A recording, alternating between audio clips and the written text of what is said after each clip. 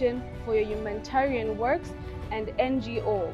I call on everyone to sponsor the 2021 Future Africa Leaders Award. For your sponsorship details, kindly visit our website at www.futureafricaleadersfoundation.org or call the following numbers. I am an agent of change.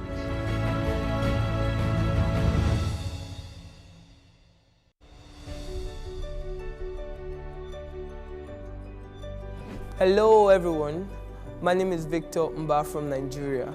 I am a 2020 FALA winner. I am an educationist, a social entrepreneur, and a youth advocate. I am committed to seeing that more and more children in local communities get access to quality education by providing them with textbooks and also construction of libraries to ensure that they improve on their reading culture. I'm also passionate about youth development, teaching young people 21st century skills that enable them gain competitive advantage in the global market, thereby making them financially independent. The Future Africa Leaders Award is an initiative aimed at exploring and expanding the leadership potential of Africa for Africa. Every year, through the Future Africa Leaders Award, the Chris Oyakhilome Foundation International selects deserving young people from Africa who demonstrate exemplary leadership in meeting the challenging needs of their various communities and nations for a global recognition and a cash grant to help further their humanitarian works. Since its inception in 2013, FALA has recognized 91 recipients from different African countries, including South Africa, Nigeria, Egypt, Tanzania, Malawi, South Sudan, Kenya, Zimbabwe, Ghana, Cameroon, and many more. As an advocate for young people, I call on every young person in Africa between the ages of 16 to 23 to apply for FALA 2021. I also call on sponsors to sponsor the FALA Awards for 2021. For sponsorship details, you can visit our website on www.futureafricaleadersfoundation.org, or you can call the following numbers. I still remain Victor Mba, and I am a change agent.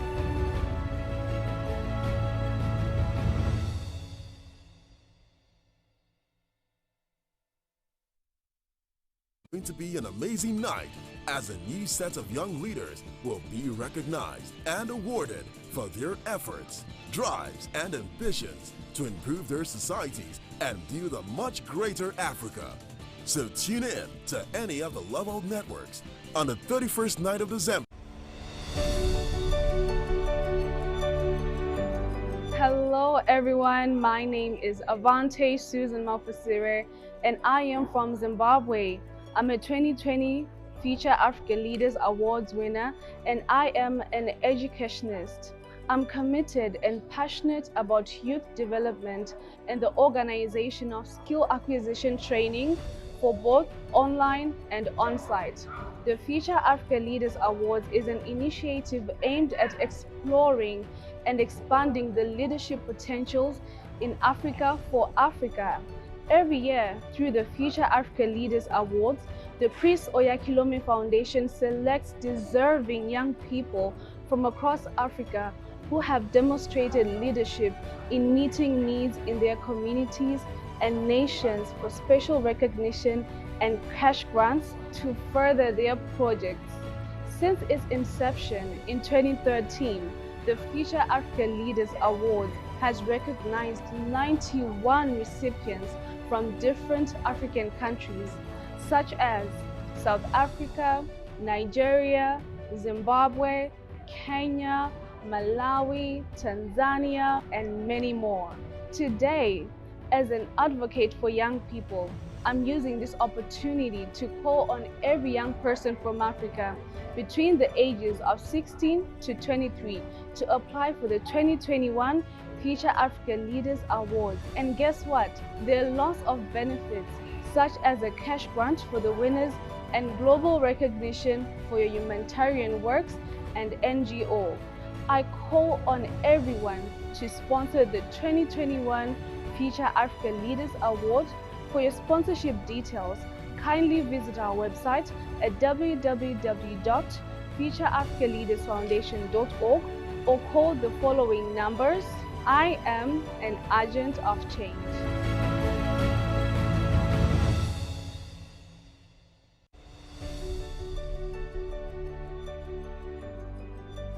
Hello everyone, my name is Victor Mba from Nigeria. I am a 2020 FALA winner. I am an educationist, a social entrepreneur, and a youth advocate. I am committed to seeing that more and more children in local communities get access to quality education by providing them with textbooks and also construction of libraries to ensure that they improve on their reading culture. I'm also passionate about youth development, teaching young people 21st century skills that enable them gain competitive advantage in the global market, thereby making them financially independent. The Future Africa Leaders Award is an initiative aimed at exploring and expanding the leadership potential of Africa for Africa.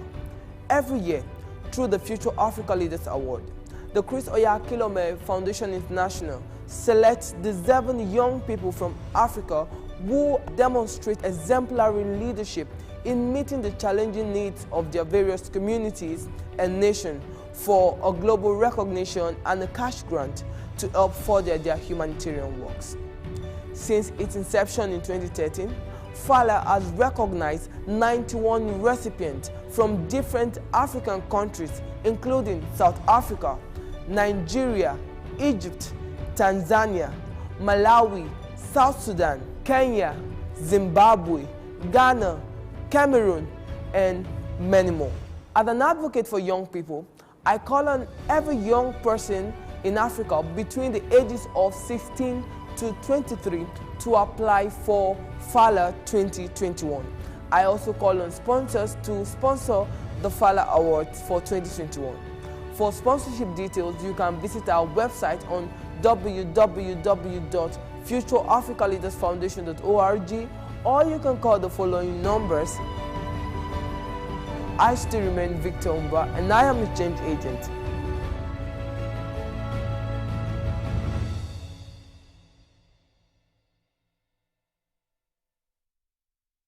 Going to be an amazing night as a new set of young leaders will be recognized and awarded for their efforts, drives, and ambitions to improve their societies and build a much greater Africa. So tune in to any of the Level networks on the 31st night of December. Hello everyone, my name is Avante Susan Mafasire and I am from Zimbabwe. I'm a 2020 Future Africa Leaders Awards winner and I am an educationist. I'm committed and passionate about youth development and the organization of skill acquisition training for both online and on-site. The Future Africa Leaders Awards is an initiative aimed at exploring and expanding the leadership potentials in Africa for Africa. Every year, through the Future Africa Leaders Awards, the Chris Oyakhilome Foundation selects deserving young people from across Africa who have demonstrated leadership in meeting needs in their communities and nations for special recognition and cash grants to further their projects. Since its inception in 2013, the Future Africa Leaders Awards has recognized 91 recipients from different African countries, such as South Africa, Nigeria, Zimbabwe, Kenya, Malawi, Tanzania, and many more. Today, as an advocate for young people, I'm using this opportunity to call on every young person from Africa between the ages of 16 to 23 to apply for the 2021 Future Africa Leaders Awards. And guess what? There are lots of benefits, such as a cash grant for the winners and global recognition for your humanitarian works and NGO. I call on everyone to sponsor the 2021 Future Africa Leaders Award. For your sponsorship details, kindly visit our website at www.futureafricaleadersfoundation.org or call the following numbers. I am an agent of change.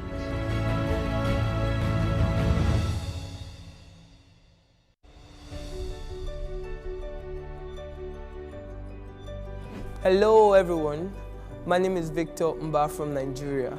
I am a 2020 FALA winner. I am an educationist, a social entrepreneur, and a youth advocate.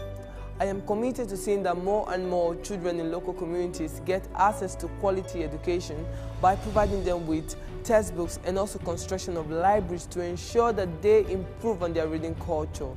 I'm also passionate about youth development, teaching young people 21st century skills that enable them gain competitive advantage in the global market, thereby making them financially independent. The Future Africa Leaders Award is an initiative aimed at exploring and expanding the leadership potential of Africa for Africa.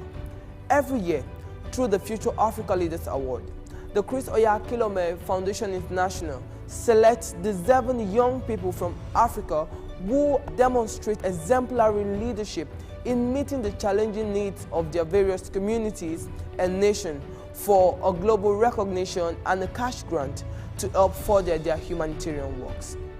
Since its inception in 2013, FALA has recognized 91 recipients from different African countries, including South Africa, Nigeria, Egypt, Tanzania, Malawi, South Sudan, Kenya, Zimbabwe, Ghana, Cameroon, and many more. As an advocate for young people, I call on every young person in Africa between the ages of 16 to 23 to apply for FALA 2021. I also call on sponsors to sponsor the FALA Awards for 2021. For sponsorship details, you can visit our website on www.futureafricaleadersfoundation.org, or you can call the following numbers. I still remain Victor Mba, and I am a change agent.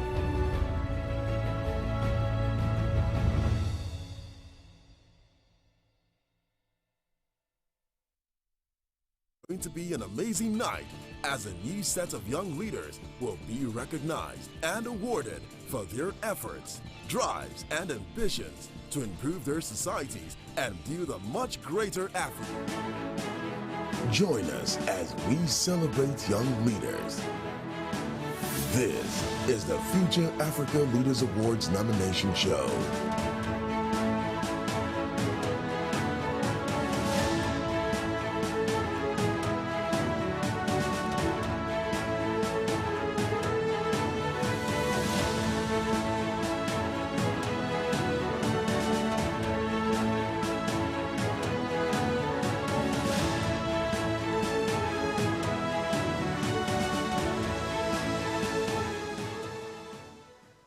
Good evening and welcome to the 9th edition of the Future Africa Leaders Foundation nomination show in the year 2021.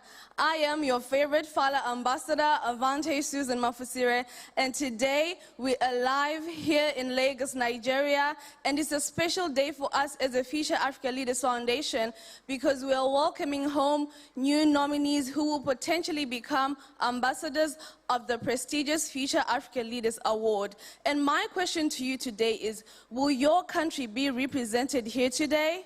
Well, you have to stay tuned and find out because we're going to be nominating young people from across the 55 countries right here in Africa.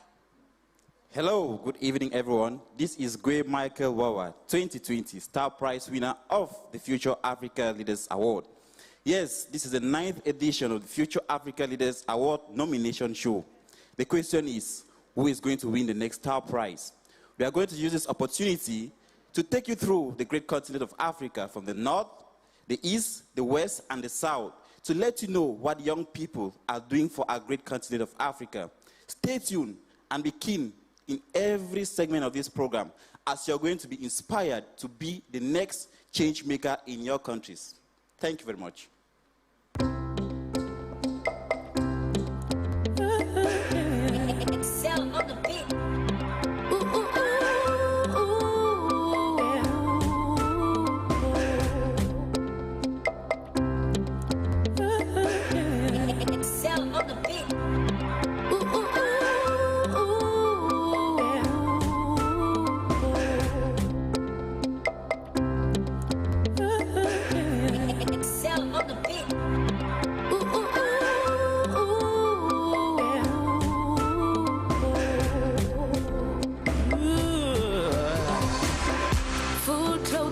shelter, good roads, education.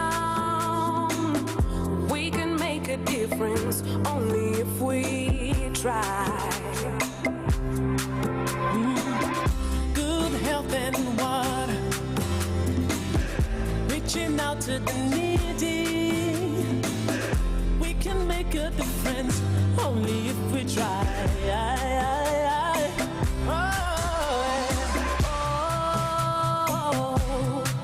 We are the stars shining up on the hill. Let's make it work. Let's make it work, 'cause we have all it takes. We're building Africa.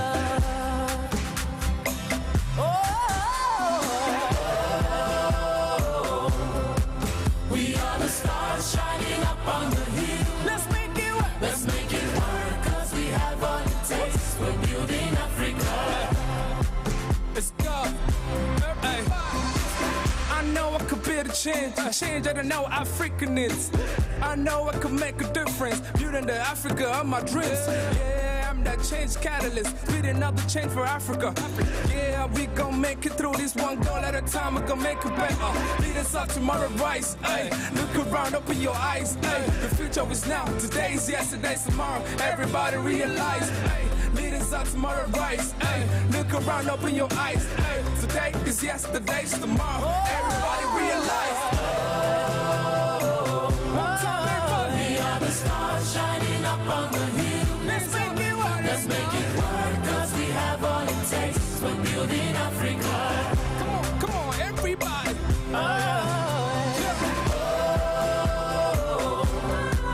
We are the stars shining up on the hill. Let's make it work. Let's make it work, 'cause we have all it takes. We're building Africa. Get up, young ones. Get up, juvenile. Get up, everyone. We're building Africa. Get up, young ones. Get up, juvenile. Get up, everyone. We're building Africa.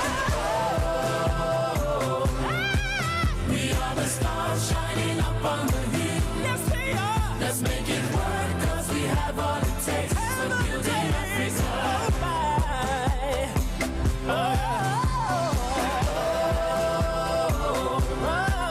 We are the stars shining up on the hill. Let's make it work. Let's make it work, 'cause we have all it takes. We're building Africa.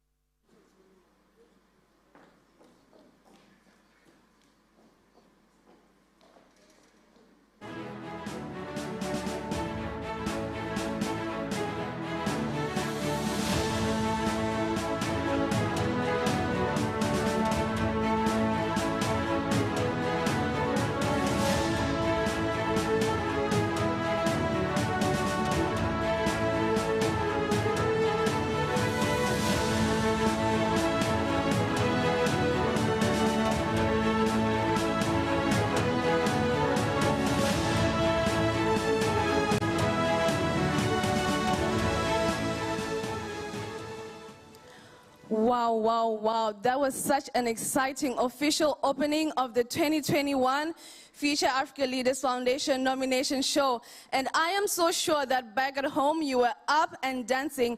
And remember, stay tuned, do not go anywhere. And when your country is nominated or represented, remember to take a selfie and celebratory video. Right about now, we're going to watch a feedback video from what some of our fellow ambassadors who have won in the previous year have been doing. So stay tuned and watch this video. The Future Africa Leaders Awards is an exceptional gathering and celebration of inspiring young leaders from across Africa who have demonstrated exemplary leadership in impacting their nations. The auspicious award has encouraged and supported millions of African youths in their projects and visions to build the Africa of their dreams. Of the millions that applied for the 2020 Future Africa Leaders Awards, 10 winners emerged, receiving the prestigious award from the President, Reverend Dr. Chris Ayakhilome. And this is what they had to say. My name is Christian Majid Kwesi.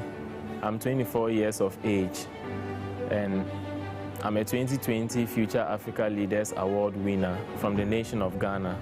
Hi, my name is Avante Susan Mafosire, and I'm a Future Africa Leaders Foundation ambassador and also a FALA 2020 winner. I was born and raised in the beautiful country of Zimbabwe, but I'm currently based in Nairobi, Kenya. My name is Victor Mba, and I am a 2020 Future Africa Leaders Award winner from Nigeria.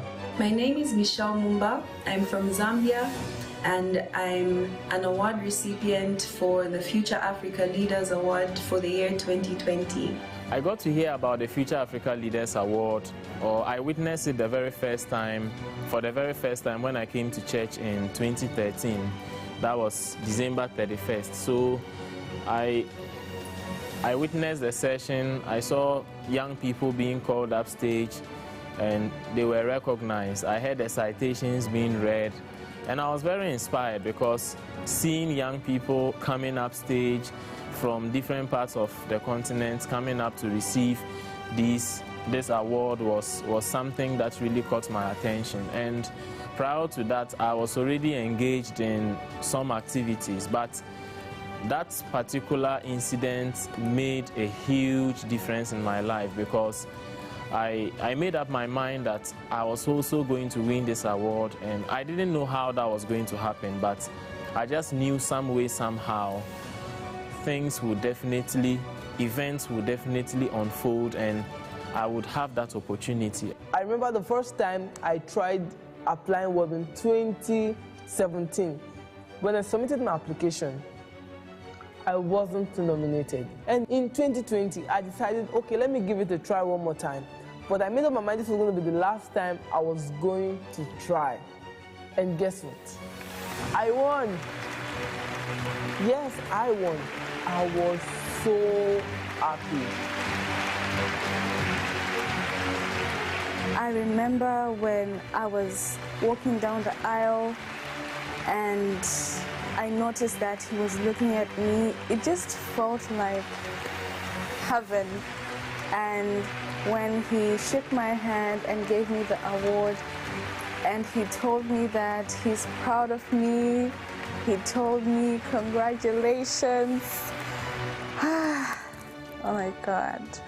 He told me that he's proud of the work that I am doing. And to hear that from Reverend Dr. Chris Oyakhilome is life-changing. I am so grateful for that moment, and I can say for now that is the best moment of my life because it's something that I had been working towards. It's something that I had been looking forward to. I see this as a lifetime opportunity. I see it as an opportunity not only to be recognized, but an opportunity to be inspired personally, to take up my projects to the next level. Because Pastor has always been saying, Africa can only be built by Africans, and Africa will only be built by Africans. So it is our personal responsibility to ensure that the story we want to tell about this continent is told by we ourselves, and that is part of the effort we are all making. And just to note that the Future Africa Leaders Award comes with a cash prize of $10,000, which I received, and an additional $25,000 just one night. How amazing! That's just what I got from Future Africa Leaders Foundation. And after that, we came back to my country, Cameroon, as an ambassador of the Future Africa Leaders Foundation. And ever since then, I've been carrying out several projects to inspire more youths, to cause change, and to drive policy decisions in our country.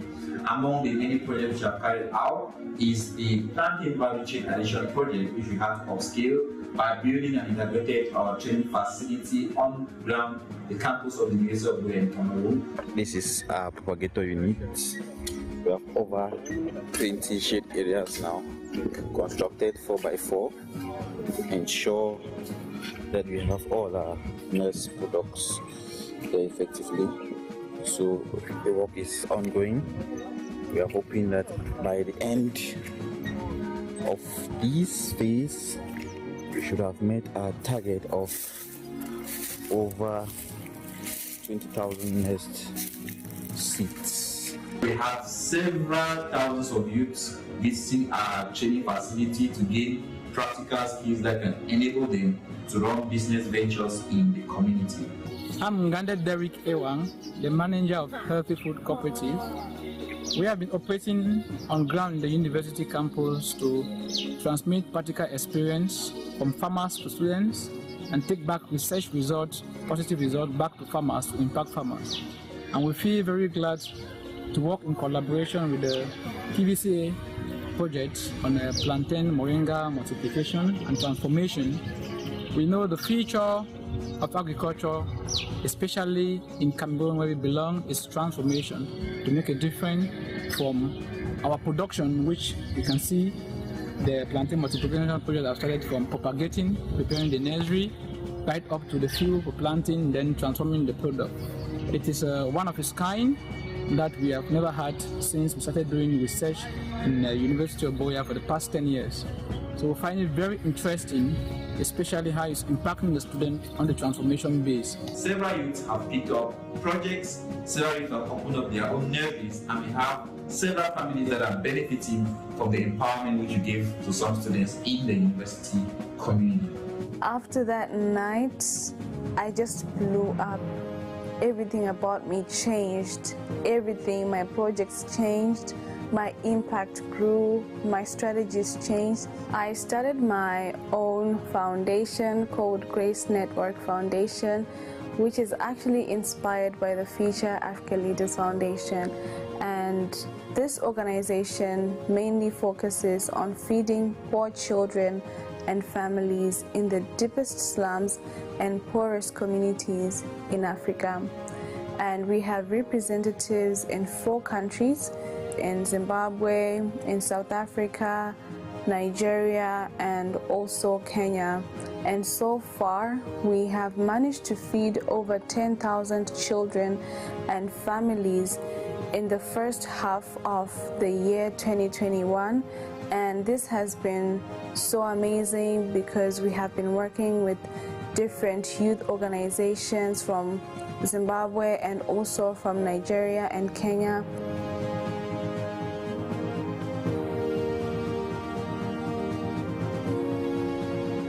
After we distributed the food, the children were so grateful, and it reminded me of the reason why I started doing these feeding projects, and all the children were so excited. Some of them even started eating, some of them carried the food back to their families, and it was such a fulfilling experience for me. Regarding the projects that I have conducted this year, I have always been someone whose main target is human rights advocacy. So that's one thing I have continued doing, because there are so many voiceless people in my country, in Africa. People are still being oppressed. People's rights are still being violated, and it's mainly because they're ignorant about the law, they're ignorant about their rights. And so human rights advocacy is one thing that I've continued to do.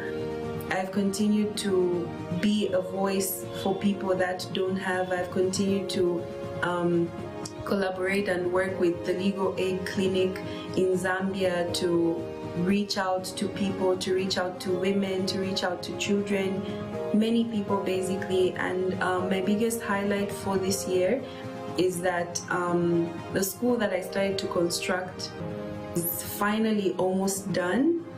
And I'm just waiting for various stakeholders to get on board and conclude this project with me. But it has been one of my biggest highlights to start a school, to start constructing a school, and it makes me so much happy because people in the area, which is Chibombo, that need that education are going to be able to access this education for free. and it's not only going to be just an education center, it's going to be a place where people gather to get valuable information with regards to HIV and AIDS, and it will basically be a shelter for orphans and children that come from abusive homes. One of the projects that I organized was a business summit, because I realized that a lot of young people don't have access to funds, and many times there are a lot of things that they want to do, but because they don't have access to funds, they feel that is a barrier, which is one of the things I faced.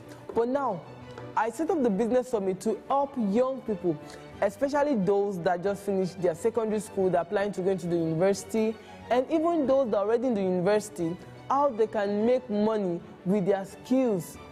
And that was amazing. We had over 100 young people gathered together. It was a live event. We organized this event in Lagos, Nigeria. And it was amazing. You see, young people who were good, who have skills, but yet they are complaining of not having money. We had photographers who could take good pictures, even with their phones, and they can make a lot of money. Those who could print, do graphic designs, how they can turn their skills and start making money from them. We taught a lot of young people even how to start affiliate marketing, because we believe we are empowering them. As we're empowering them, they are able to create change, and this helped to alleviate poverty in the community. And it's amazing the feedback we've gotten. Some of these teenagers have started their own businesses, like doing well, and they are making money for themselves. They are no longer depending on their parents or depending on their guardian totally. This has been made possible because of the Business and Entrepreneurship Summit. And we have people who are already doing business, but then how can they scale up their businesses? Because now the world has gone global. Everybody are doing business online. So how can they be a part of it? How can they learn digital skills? This and many more is what we taught during our business summit. And even importation, how they could import goods from other countries and start selling in their various countries. It was an eye-opener, I tell you. And a lot of them have started their own personal business. Those already have business have taken their businesses online, and they are making better sales right now. Better sales. One of the projects I'm also involved in is the Success Motivation. And this is one program I'm very, very passionate about because of the impact it has made and the impact it's still making in the lives of young people in Ghana. The Success Motivation is actually to bridge the gap between students who are not able to have access to mentors and role models. Yes, some of them, they see and they hear of those role models or mentors from a distance. They just hear of them, but they don't have that opportunity to interact with them. And so for this particular program, we bring the mentors and the role models to their schools. We bring them to their doorstep, where they don't just have the opportunity to listen to them, but they also get to meet them, to talk to them, and some of them also get to pour out their hearts before them, because there are some challenges some of them are facing on campus. And so when they hear those success stories from their mentors, they become inspired and they also believe they can succeed irrespective of where they are coming from. Yes, and for the Success Motivation, I've been able to come out with a motto for it, which is motivating and inspiring you for success. So when we go to the school, when in the course of the program we say Success Motivation, and they respond by saying motivating and inspiring you for success. Early this year, we found out that a lot of families have to go through severe hunger because they probably don't have access to funds, and the COVID pandemic actually affected the jobs of many families. Food prices went very high. People can't afford food anymore. People who could probably survive with 2 square meals, they now have to depend on 1 square meal per day. which made matter worse. So we decided to go on a project, Feed 5,000, where we're able to reach over 5,000 families in 4 countries. This was huge, and you could see the joy in the faces of this family. It's beyond what we're giving them. The fact that they could think and imagine that there are some young people somewhere who actually recognizes them and want to impact their life is one thing that they are happy for. I'm really happy for what Brother Victor Mba and his teams are doing. Considering the situation of things, a lot of people in this locality find it very difficult to eat. So the gifts they've given, I tell you, is going a long way to help a lot of family. Thank you. Thank you. Thank God. I pray that God should continue to empower you guys to help us. At least this one that we collected that will go a long way. They cannot believe it that how would these young people put money together to give us food items just like that. But these have been made possible because from the Future Africa Leaders Award, we're able to reach out to over 5,000 families with food items. And this is massive.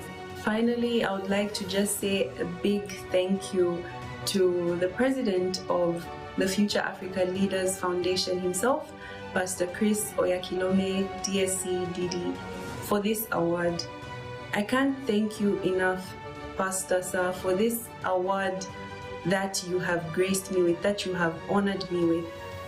This award has taken me places and it is still taking me places, and all I can say is thank you for not just giving me this opportunity, but for giving many other young people this opportunity, for recognizing, for celebrating people that are bringing change. It's so much encouragement, it's so much motivation. And to all the African youth out there, I want to tell you to stand up, get out of your comfort zone, and pursue your goals unapologetically.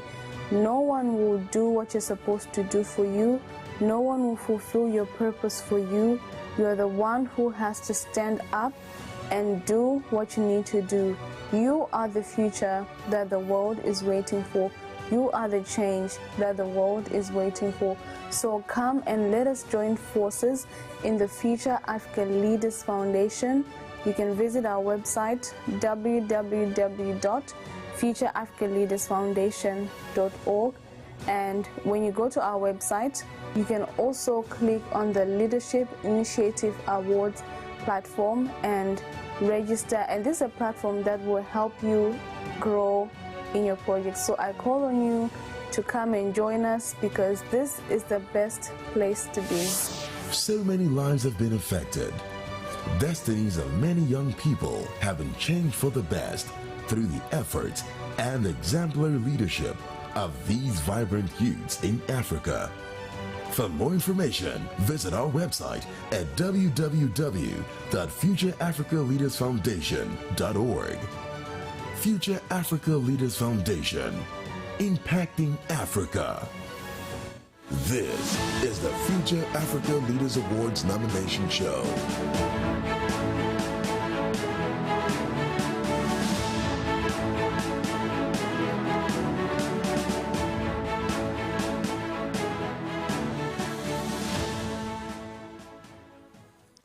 Hello. Once more, I welcome you to the nomination show of the 2021 Future Africa Leaders Award.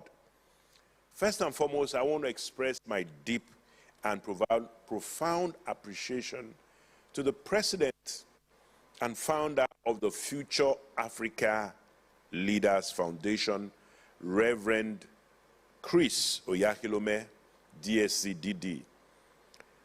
Pastor Sir, thank you for believing in the future of Africa and for investing in the young people of Africa. I also want to acknowledge the CEO of Love World and the director of the Future Africa Leaders Foundation, Dr. Deola Phillips. Dr. Phillips, thank you for your amazing work throughout the year in producing the exceptional change makers who are leading the way for others and inspiring positive changes across Africa. Now, in its 9th edition, the Future Africa Leaders Award continues to recognize the commitment of outstanding young African leaders to the progress and development of the African continent annually. In this talk show segment that we have come to, we will be looking at the impact of the Future Africa Leaders Foundation as the key to strengthening Africa's future. Today, beg your pardon, please.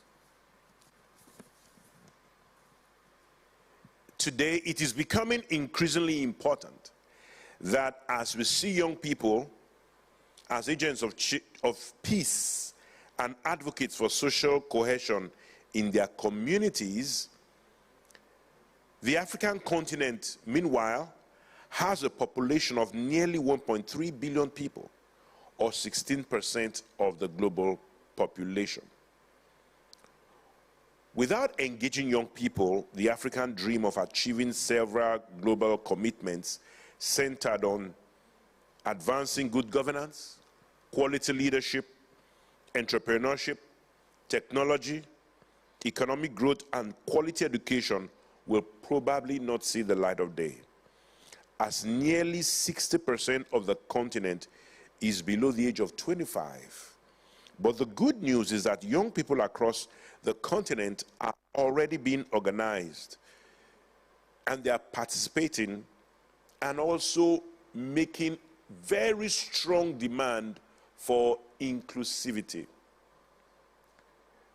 And we can announce this or declare this thanks to the participation and the commitment and the efforts of the Future Africa Leaders Foundation in championing this vision across Africa.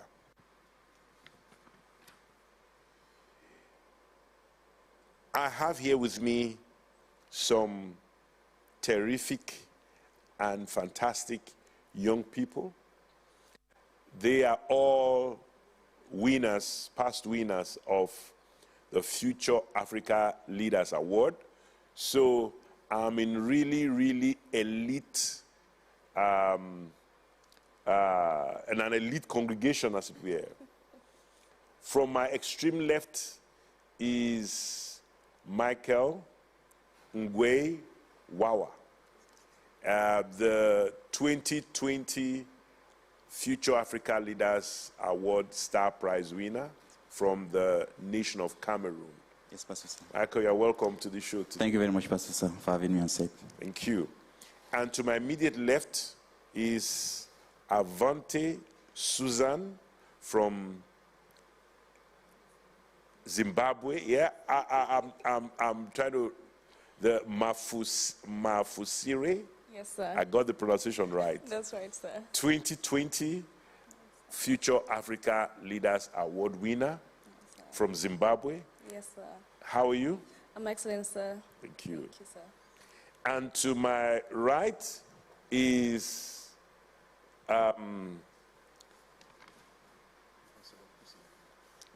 Chris Iyama. I remember the Iyama very well, especially for some tremendous work that you did in putting a stop to compulsory vaccination, COVID-19 vaccination in Edo State. It was something courageous, something bold, something dynamic. You brought the state to a standstill.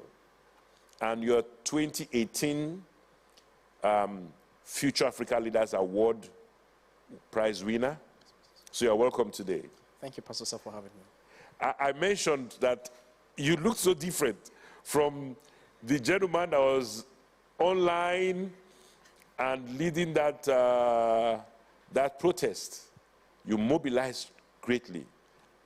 That is fantastic. And to my far left,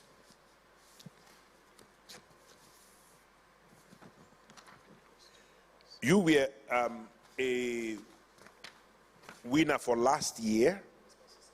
And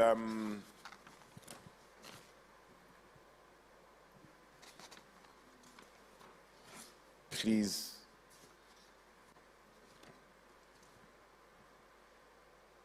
From Ghana? Yes, Pastor, sir. And the name?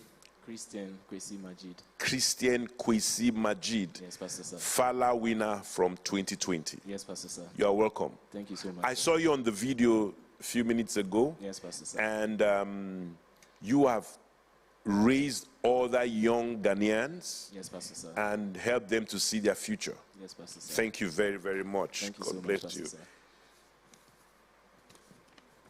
It's tremendous. As future Africa leaders, you are the ministers, presidents, and leaders of today.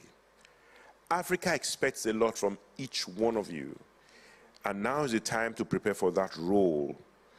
It is now, and it is you that is taking up these responsibilities to solve the issues in your communities, like building accountability for successful economic development, volunteering, and participating in national programs. Now, Avante, why is this necessary? Can you tell us more about the several roles that young people have to play to become leaders and actors for constructive change? Good evening, Pastor Sir. Once again, it's always a great pleasure being on set with you. First of all, I want to say a very big thank you to the President of the Future Africa Leaders Foundation, Reverend Dr. Chris Oyakhilome, DSCDD. Thank you so much, sir, for believing in us young Africans. I love you so much.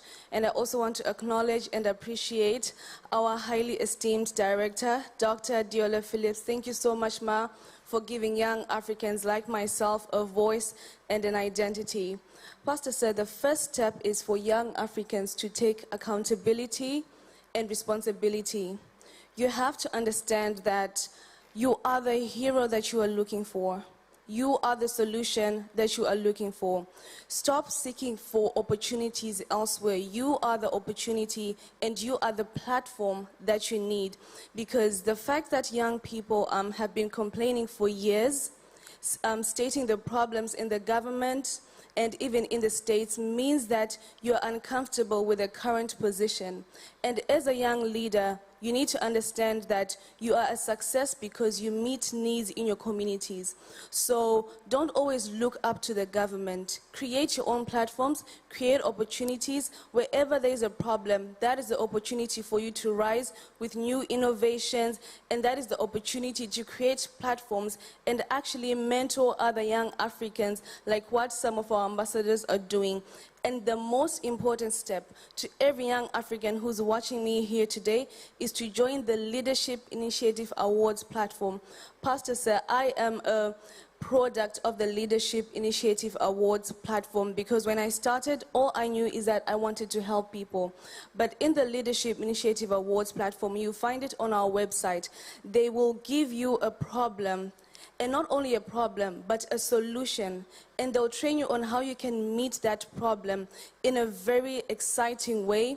And they'll even give you certificates and trainings that will give you world-class recognition. So that is these are the two steps that I encourage all young Africans watching me here today. Take accountability, and you need to register right now to the Leadership Initiative Awards platform. Thank you, sir. I think the website is on the screen right now. Yes, sir. Okay.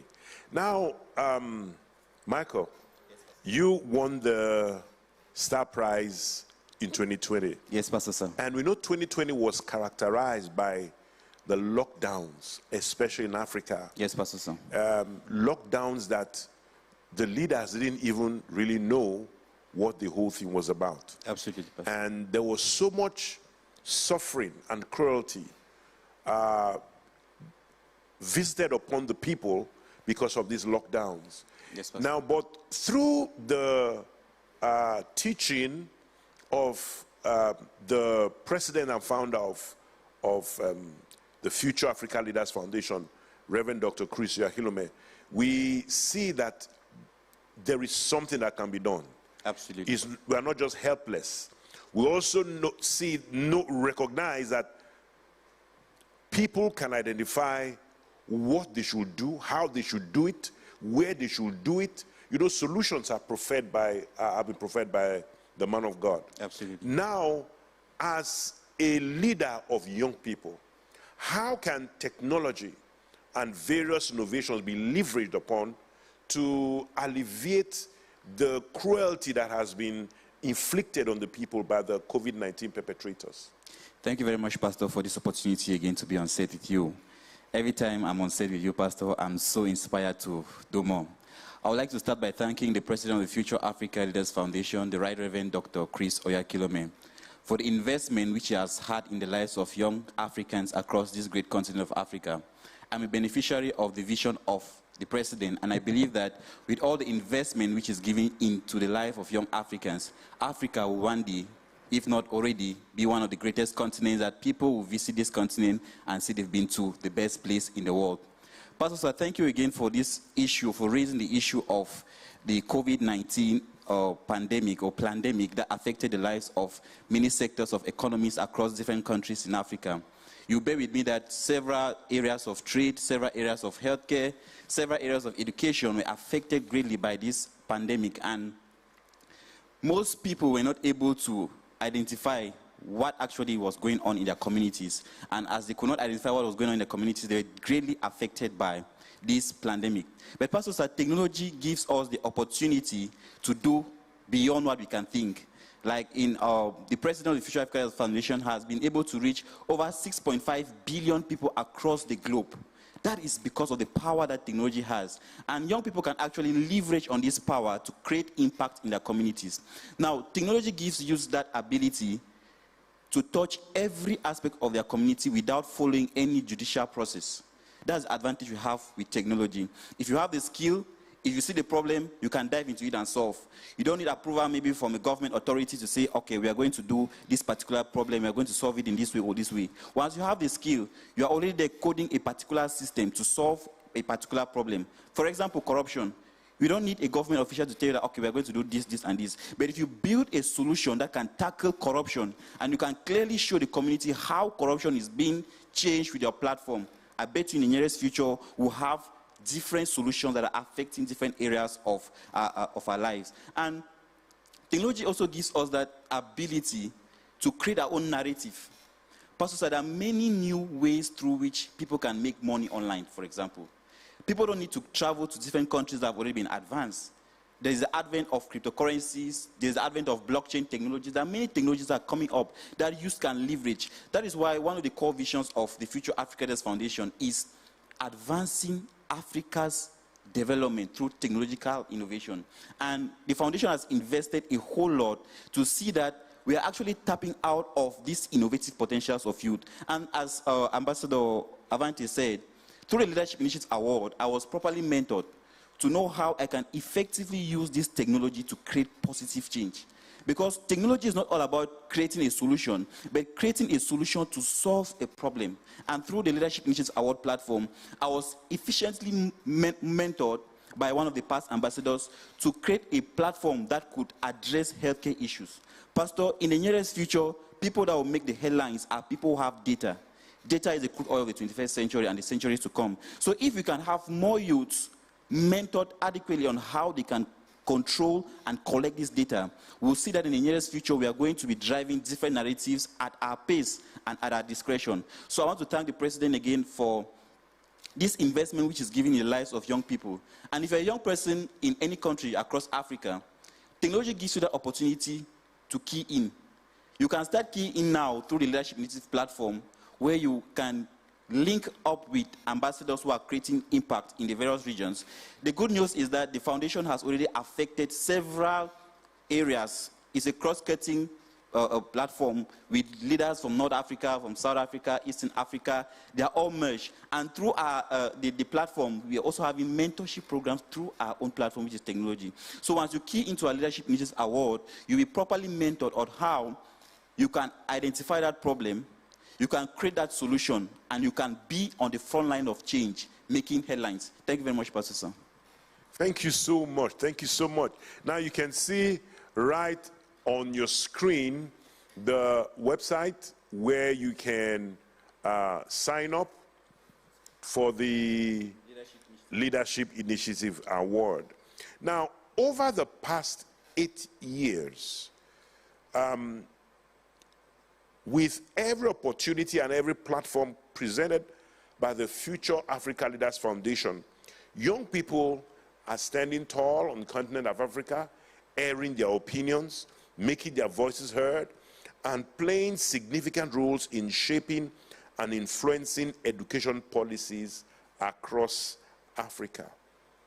Also, through the exploits of the Future Africa Leaders Foundation ambassadors and their network of youth leaders, the foundation has, through outreaches, mobilized enough support to build libraries, classrooms, and sanitary facilities, provide tables and chairs in classrooms, and conduct after-school mentoring sessions and supplementary learning classes for students in this school. Now, I would like to ask you, can you share some of the impact project with us and how it is bettering millions of lives across Africa? Wow. Thank you so much, Pastor, for this opportunity. It's a dream come true for me. I never get familiar with this. Words are not enough to express myself, Pastor. Yes, I would like to firstly use this opportunity to thank the president of the Future Africa Leaders Foundation, Reverend Chris Oyakhilome, DSC, DD. Thank you so much, Father.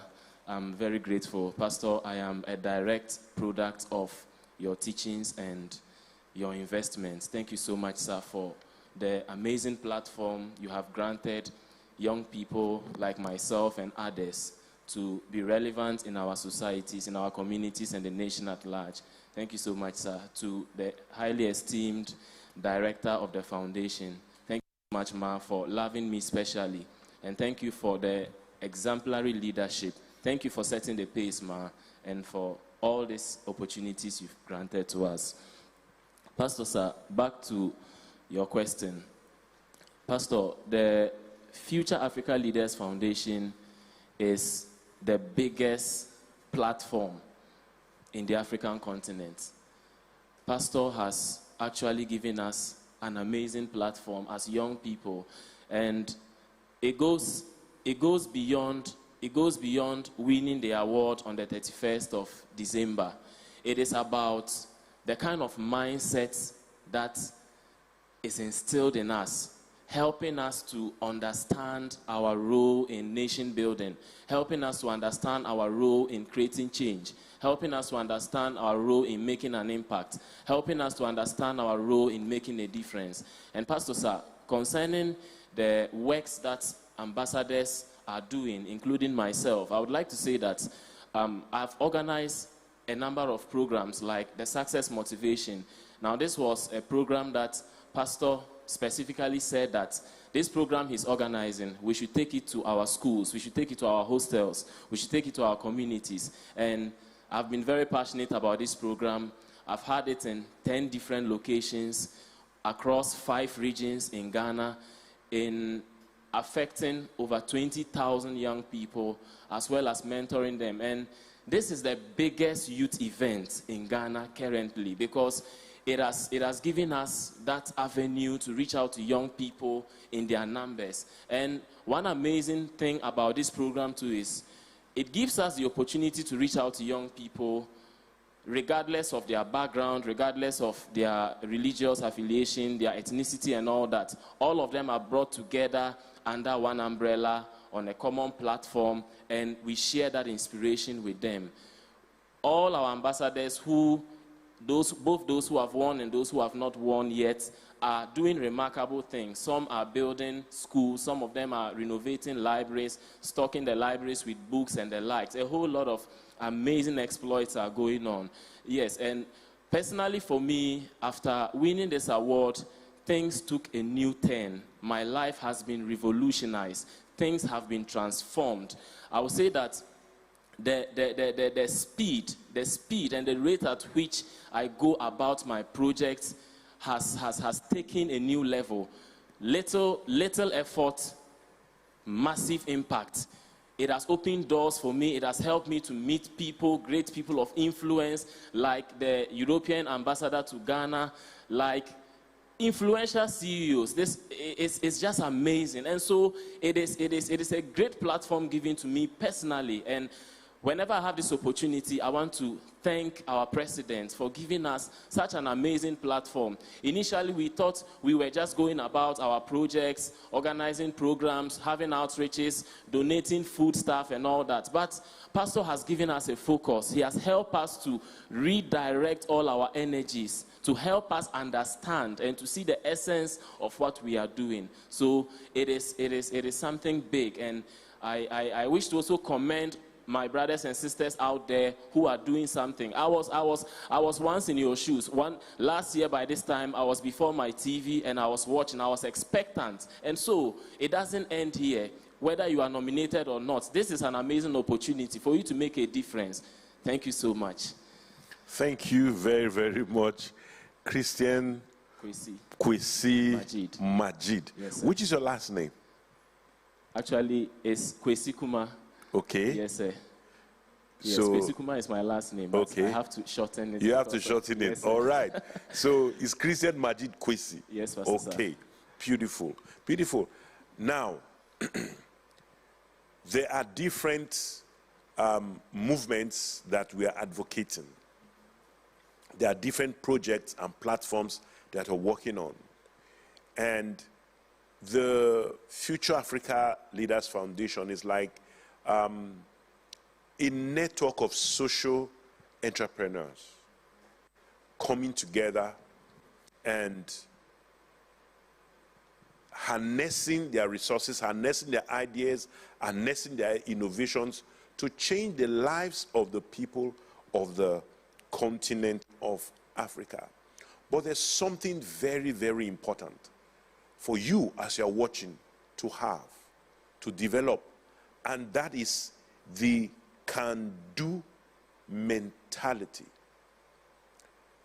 I spoke a few minutes ago about what Ambassador Chris Iyama did earlier this year, taking on the might of a state government here in the country of Nigeria, when I think that was the first state government that announced the requirement of vaccination to be able to work in the civil service, to be able to go to the marketplace, to be able to go into banking halls. In other words, trying to make vaccination compulsory for people in the state. And one of the Future Africa Leaders Foundation ambassadors, Iyama, mobilized and stirred up peacefully and legally the citizenry of the state and made a great impact. So, Ambassador Chris, what do you say to young people who are aspiring leaders and with the need for the can-do mentality? Thank you, Pastor, so much, sir, for this wonderful opportunity and privilege to be on set with you this evening. I really do not take it for granted. Thank you so much, Pastor, sir. And I want to use this opportunity to thank our president, the president of Future Africa Leaders Foundation, Pastor Chris Yakilome, PhD, DSc, DD. Pastor, sir, thank you so much for what you're doing in the lives of young people all around Africa and around the world. Pastor, thank you for finding me worthy to be an ambassador of the Future Africa Foundation. I'm so grateful. And I want to say very profound greetings and thank you to our highly esteemed director, the director of Future Africa Leaders Foundation, Dr. Diola Phillips. Thank you, Dr. Ma, for the opportunity, for your mentorship, for everything you're doing for young people. Pastor, sir, the question you just asked now, I would want to take us back the conversations down the memory lane of engaging young people in democratic settings and governance. Now, over the last few years, whenever this conversation is made upon, we're having this conversation of not really engaging young people in major decisions and policies that affect young people all around Africa. I was in the room with the South African president and the Nigerian president just about a month ago, where the South African president said, we have over 90 million young people across Africa. It's a massive population that if you can harness that youth population, you can really do a whole lot with young people.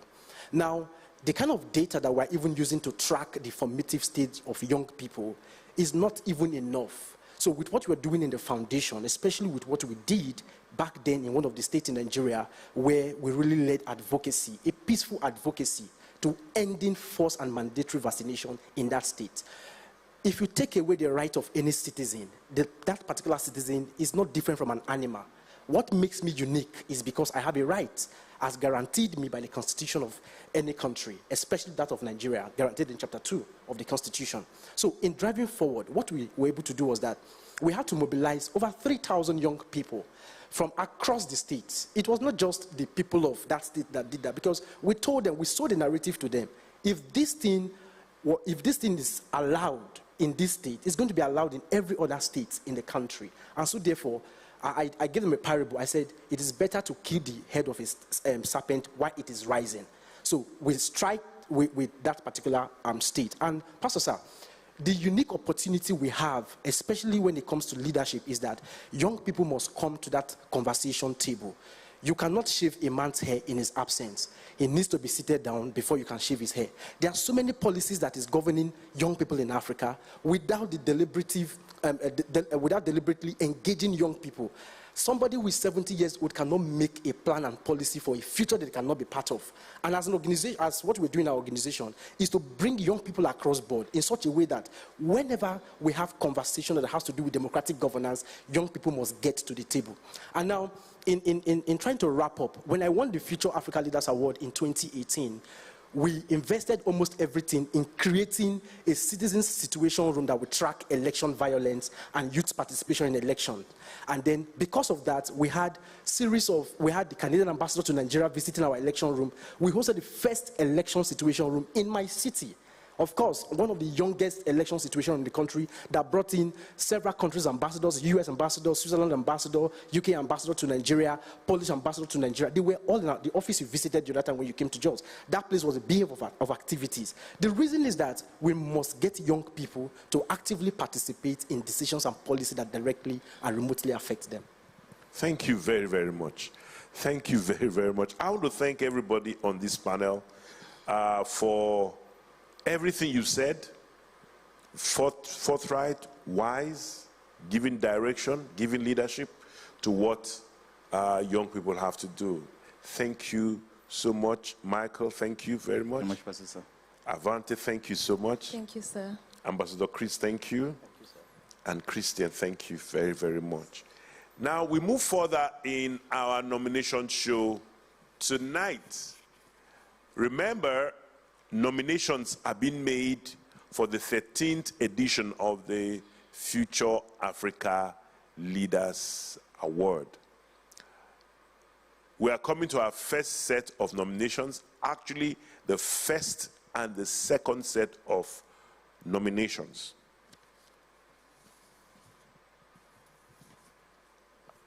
For the first and second set of nominations, we have two celebrity announcers.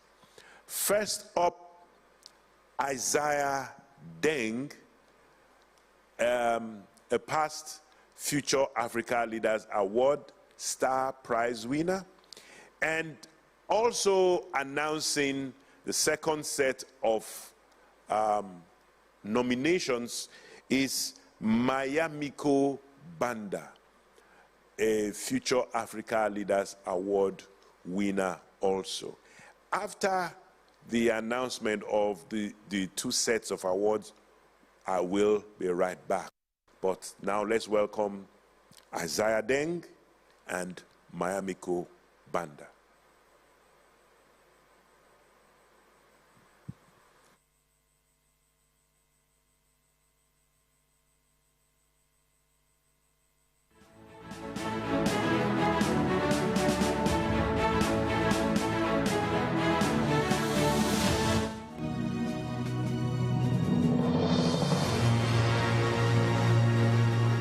Hello, my name is Isaiah Deng, Star Prize winner of the 2018 Future Africa Leaders Award from South Sudan. And I welcome you to the 2021 Future Africa Leaders Award nomination show. My honest and deepest gratitude goes to the president of the Future Africa Leaders Foundation, Reverend Dr. Chris Oyakhilome, DSC DD, for motivating and inspiring young people in Africa to take up responsibility, create new horizons, and set new standards. Agricultural development is one of the most powerful tools to end extreme poverty and feed a projected 9.7 billion by 2050. In 2016, for example, 65% of the poor working adult made a living through agriculture. In 2018, agriculture accounted for 4% of the global domestic product, GDP. And in some developing countries, it can account for more than 25% of GDP. Home to 60% of the world arable land, Africa has the potential to meet not only its own food need, but also those of the rest of the world. Agriculture remains one of the most important economic sector for the continent, employing the majority of the population and accounting for 14% of the GDP in the sub-Saharan Africa. The Future Africa Leaders Foundation has contributed significantly to the growth of the agro sector. Since the inception of the Future Africa Leaders Award in 2013, the foundation has given over $100,000 in grant and has awarded over 20 young people who are involved in the agro sector. Today, the foundation has put together some of the people who are very involved in ensuring the betterment of others by undertaking projects and programs that impact human life positively, thereby giving hope to the hopeless and creating a better world for all. I now present to you the first set of nominees: De Gracia Mayo Falbert from Benin, Nakitare Hilary from Kenya, Mazivahanga Gracious Tetanda from Zimbabwe, Mila Anna Maneno Michael from South Sudan. Deogracious Mayu from Republic of Benin. Deogracious Mayu is a 24-year-old human rights activist from Republic of Benin who is committed to the health, social welfare, growth and development of children and youths. He carried out various youth empowerment programs aimed at building the youth's desire for innovation, success, and global impact in 6 high schools and 3 universities across the 3 major cities in the Republic of Benin. Over 10,000 students have been impacted through these programs. In partnership with PNLP, the National Program Against Malaria, he organized a Stop Palu, Stop Malaria campaign in a community with one of the highest cases of malaria and infant mortality. Over 200 people benefiting from the program. He also worked for the Red Cross in organizing several blood donations campaigns and has raised committed and regular voluntary blood donors. Noting the increase in mortality linked to high blood pressure, he organized awareness campaigns on preventive measures for the condition. Recognizing the necessity of sustainable food supply in the development of African countries, Deogracious launched an initiative called the Young African Farmers Initiative, YAFI, YAFI, where 500 students in 15 schools across 4 provinces in the country were introduced to and trained on endogenous and modern technologies in agricultural production and composting, as well as small and large-scale food production. These youths were also introduced to the preservation and improvement of their environment. During the last International Solidarity Festival, he worked with 50 local and international organizations of 5,000 plus youths in the province of Ueme, where discussions were made on different subjects such as food security, sustainability, and hunger. This led to the launch of a food drive project for 17 orphanages in 12 provinces of the Republic of Benin. He also organized a food collection for the benefit of 125 less privileged children in Port Novo during the last World Food Day. Deogracius Mayu is a true leader who is passionate about the well-being of people in his country. Hilary Nakitari from Kenya.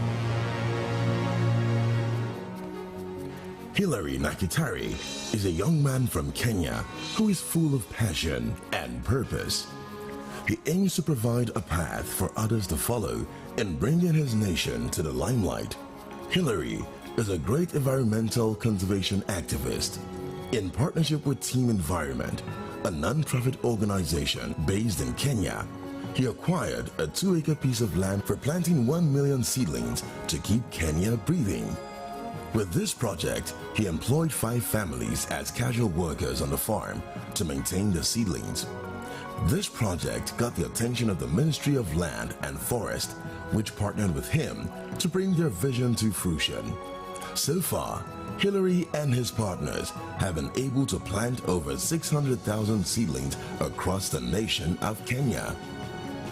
Working with the Ankara organization in Nairobi, Kenya, he provided food, environmental sanitation, and medical services to displaced people and those affected by heavy rains in the slums of Islay.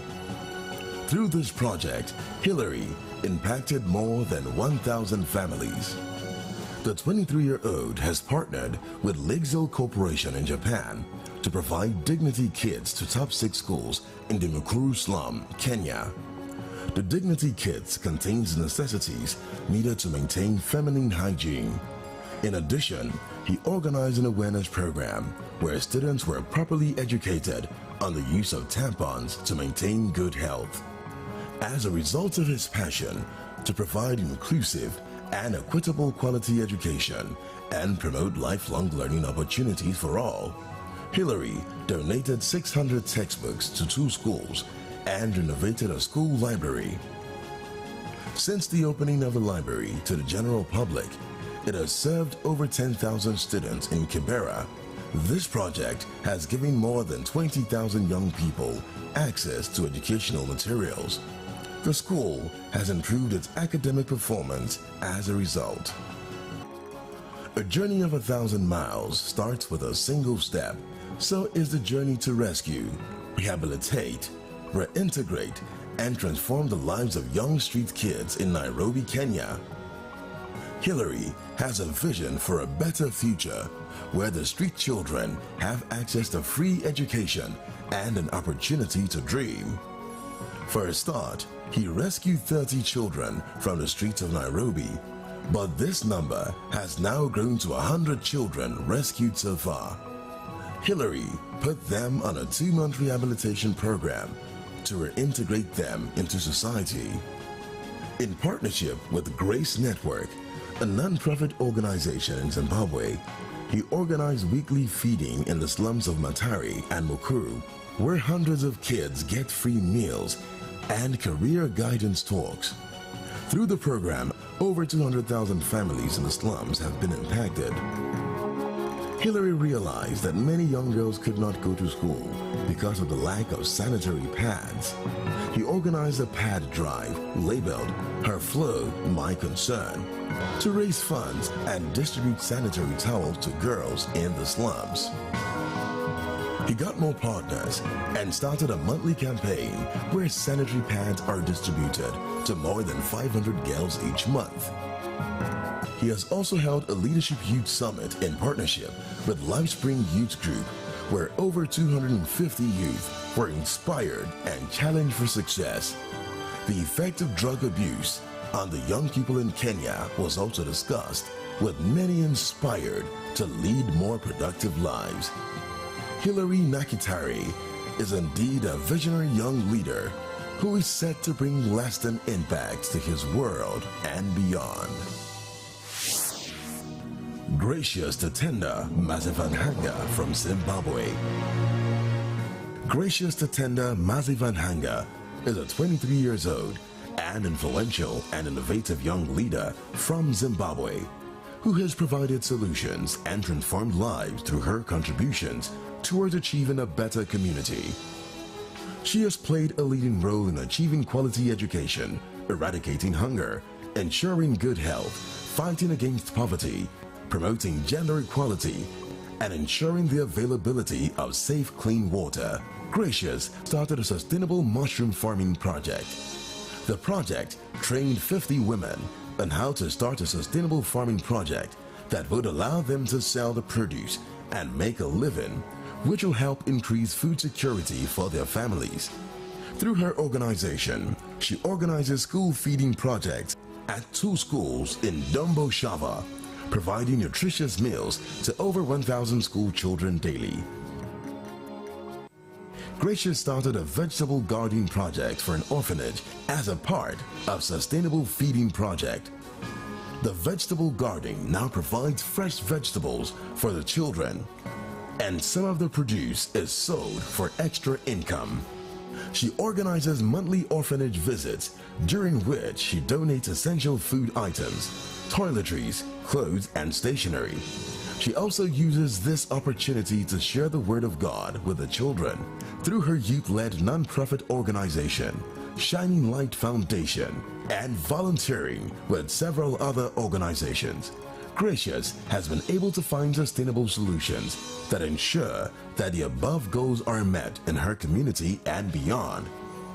In response to the distraction caused by Cyclone Idai, Gracious organizes stationery and food drive for children at a local school that were greatly affected by the cyclone. Donations included textbooks, uniforms, and stationeries, as well as various food items. Gracious volunteers with the Inner City Missions for Children, which allows her to fulfill her passion of working for and helping children in need. Over the past year, she has organized several events that have impacted over 200 children and their respective families. Gracious started a non-profit organization for youth and children of Zimbabwe.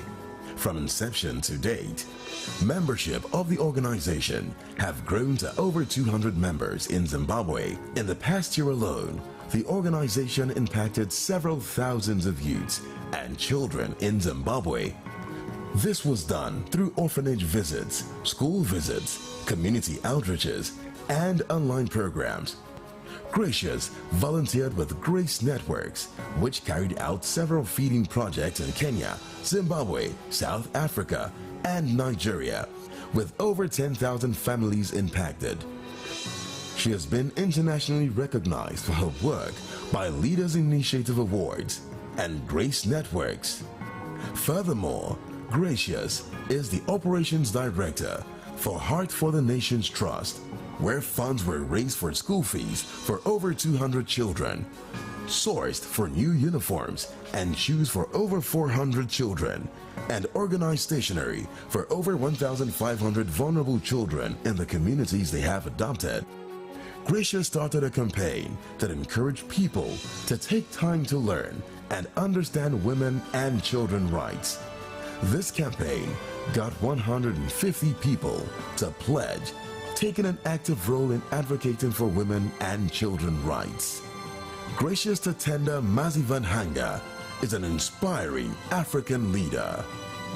Anna Maneno Michael Miller from South Sudan. Anna Maneno Michael Miller is a dynamic, young, resolute, and passionate 20-year-old human rights activist from South Sudan, whose impact has been felt in South Sudan, Sudan, Uganda, and many parts of East Africa. Anna and her team built 2 greenhouses to grow food and cater to the poor in her community, and recorded over 700 households as beneficiaries. Anna's team organized farmer support program, a fundraising campaign where they raised $2,500 to buy basic agricultural tools and equipment for 50 local farmers. Anna also raised $5,000 for the construction of a house for Mama Kojo Mary, an elderly woman who was living in a wooden house and almost died when it collapsed due to damage from bad weather. She embarked on a community borehole drilling project where she sourced for funds for building a borehole in the local community to ensure the people have clean and potable water. The local community houses over 1,500 residents who are direct beneficiaries of this project. Notable among her project and programs this year is the pioneering of an initiative tagged Mending Hearts Initiative South Sudan, MHISS, which is geared towards reaching out and meeting basic needs. MHISS raised and distributed $10,000 in $100 grants to 100 vulnerable families. She and her team embarked on this project in response to the economic despondence encountered during the lockdown period. Anna also co-founded the South Sudan Youth Fight Against COVID-19, where she and her team distributed basic essentials and food supplies to over 2,000 indigent families and small business owners whose source of livelihood was affected by the COVID-19 lockdown. This ardent change agent conducted several mentorship programs and campaigns targeting adolescent girls at Mvempi refugee settlement camps of West Nile of Uganda to create awareness and mitigate teenage pregnancy that had led to increased rates of school dropouts. Anna convinced friends to go with her to Bidibidi Camp, the largest refugee settlement in Uganda, which houses over 270,000 displaced persons. They advocated for education and provided mentorship in career building. The team also mobilized funds for a visitation to Juba Orphanage Home, where they distributed food items and other essentials, thereby impacting positively 58 children and 16 staff members. In celebration of Africa Day 2021, Anna organized the distribution of sanitary items to 35 adolescents and teenage mothers at Mvempi refugee camp in Arua, Uganda. Anna continuously reaches out to several sets of people, including orphanages, care homes, and mission trips in different parts of our country, educating and enlightening them on their role and standpoint in the decision-making process. This has led to increase in her influence and resulted in Anna's nomination to attend workshops on the drafting of a new constitution for the Republic of South Sudan. As a result of her outstanding humanitarian work and immense contribution to nation building, she was nominated to be part of the Youth Delegate for the #YouLeadAfrica Youth Summit in the East African Community Headquarters in Arusha, Tanzania. This is an honor she has enjoyed for over 3 consecutive years, 2019, 2020, and 2021, with leaders and representatives from different African nations. She deliberated on key issues concerning youth development in the region. She was also voted as a youth member of the parliament during the summit.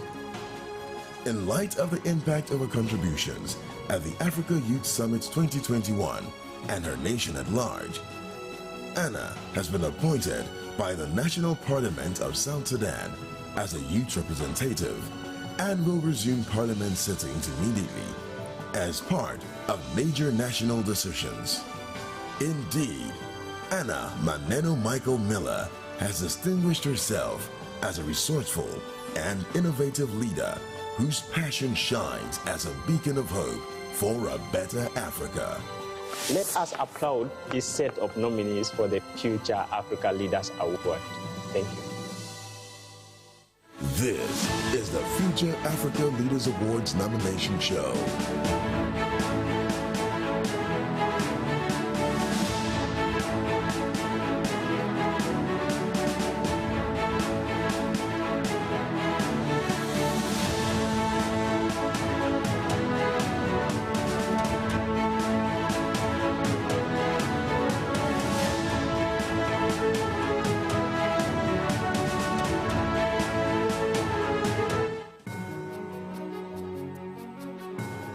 Hello, my name is Gwe Michael Wawa, Star Prize winner of the 2020 Future Africa Leaders Award from Cameroon. And I welcome you to the 2021 Future Africa Leaders Nomination Show. I would love to use this privilege to say a big thank you to the President of the Future Africa Leaders Foundation, Reverend Dr. Chris Oyakilome, ESTDD, for loving us with his liquid love that knows no boundaries.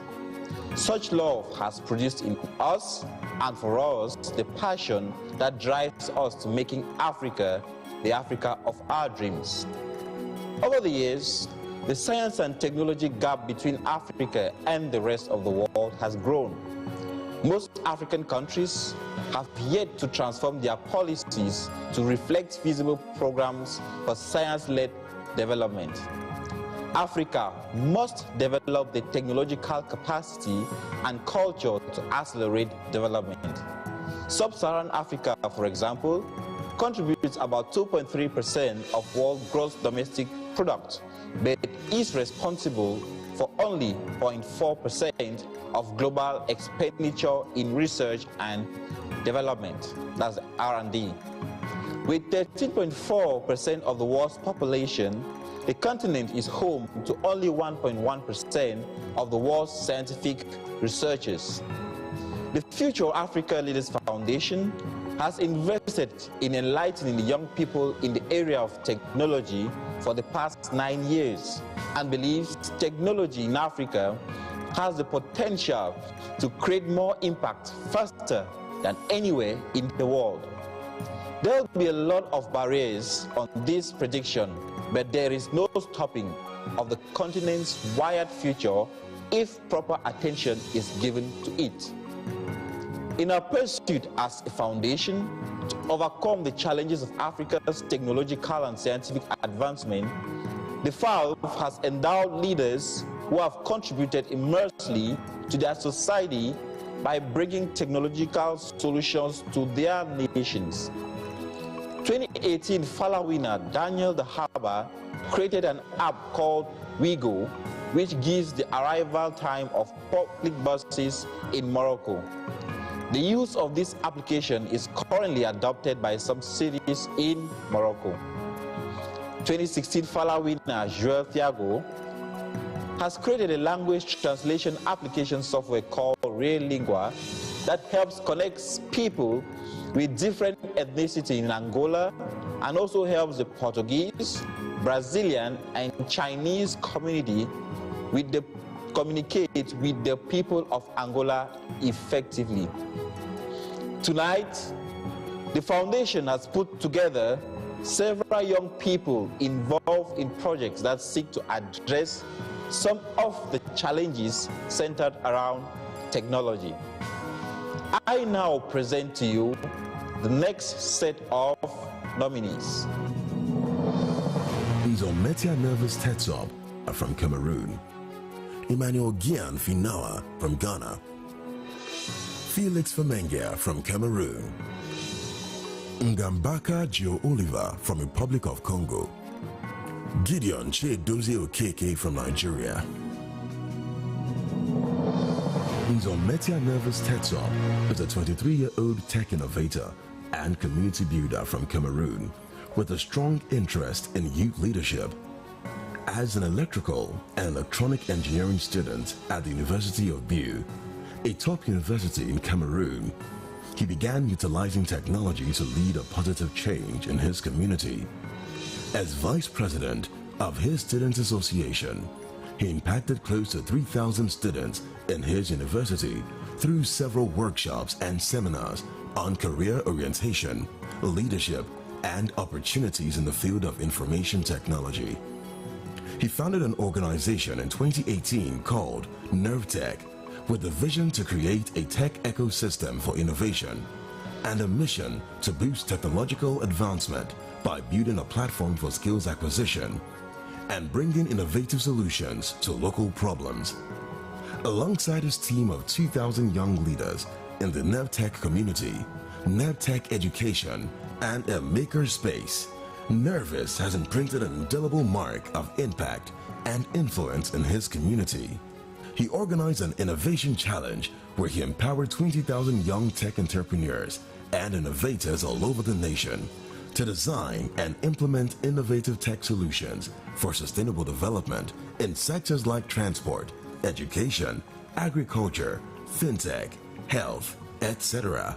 The innovations that resulted from this include a CNC drawing and writing machine, a smart agrobot, Tall Cameroon, Tall CMR, Concord Guide Cameroon, Moby Dick, Buck Mache, Smart Agriculture using IoT, and a Smart Mailbox. Each of the top 3 winning innovations got a cash prize of $2,000.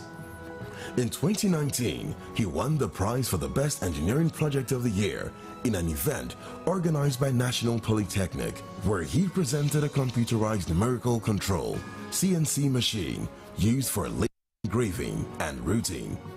Nervous got selected as one of the 2 winners of the African Leadership Bridge Scholarship into the Tech Zone Leadership Development Program for Africa and received a scholarship award of $6,600 for leadership and entrepreneurship training for 24 months. The burdens imposed by the COVID lockdown necessitated an innovative response from the best minds of his nation. So, Nervous and his team designed innovative solutions ranging from a touchless wash hand basin, an automatic water dispenser, and a robot sprayer for fumigation. This action was acclaimed by the Ministry of Health as a resourceful and sustainable solution. His organization empowers young girls in technology in a bid to reduce the gender divide in that field. He put together a Girls in Technology Cameroon STEM, Science, Technology, Engineering, and Mathematics induction workshop where he trained 150 secondary school girls. Furthermore, he organizes periodic training on robots and coding in secondary schools, a program that trains 500 students per session. In February 2020, he organized a 1-week intensive training program in the eastern region of the country, a place noted for a low literacy rate. During this program, he trained, mentored, and inspired about 700 students from 3 high schools in robotics and electronics. He received many gracious words, acknowledgements, and appreciations from the elite of the region, who found the light in his advocacy of education in their place. In response to the prolonged closure of schools, Nervous led a 2-month tech camp where he trained 60 children between ages 7 and 17 in ICT, computer programming, robotics, critical thinking, entrepreneurship, and leadership. This resulted in 10 innovations from over 30 kids and kept the children in an active academic state through the lockdown. While the news headlines were full of stories to inspire fear, Nervous made headlines by building a 3D printer from scratch using electronic waste, thus inspiring hope in his country's future. The project won first prize at the 2nd edition of the National Competition for the Best ICT Project and earned a Presidential Award for Most Outstanding National Innovation Project. His works have also been published in major newspapers and 20 major blogs since 2020. Indeed, Nervous is a true leader who embodies the concept of leadership for positive change. Felix Famenga from Cameroon. Felix Famenga is an innovative 23-year-old tech entrepreneur and innovator from Cameroon, with a zeal for solving problems in his community with the use of information and communications technology, and inspiring and empowering the younger generation to bring change, as well as design and create innovative solutions to societal problems. Felix's burning passion to lead, innovate, and create led him to start the Lightgate Solutions, a high-tech startup aimed at helping individuals embrace and explore the advantages of the digital age. he has been able to design and develop over 100 mobile apps and 50 websites for organizations. Noting the challenges of getting access to examination resources among students in the conflict regions of Cameroon, Felix developed a mobile app, Cameroon GCE Guide App, a learning tool that allows students to study remotely and prepare for their exams from any location. This application has reached over 15,000 users and proven to be of great use, especially during the period when schools were shut down for several months. As a result of this initiative, Felix has had the opportunity to organize and facilitate over 50 training programs, conferences, workshops, and seminars reaching about 5,000 people, including teachers, students, and young entrepreneurs. He also trained several people on how to develop, promote, and monetize mobile apps that can solve problems in their communities, as well as using social media to create a presence and impact for their work. He also developed Cameroon's first motivation app called Coders Motivation, which provides developers with best practices, effective resume writing, inspiring quotes, and developer success stories. Over 1,500 students across Cameroon have benefited from the Coders Motivation app, especially university undergraduates.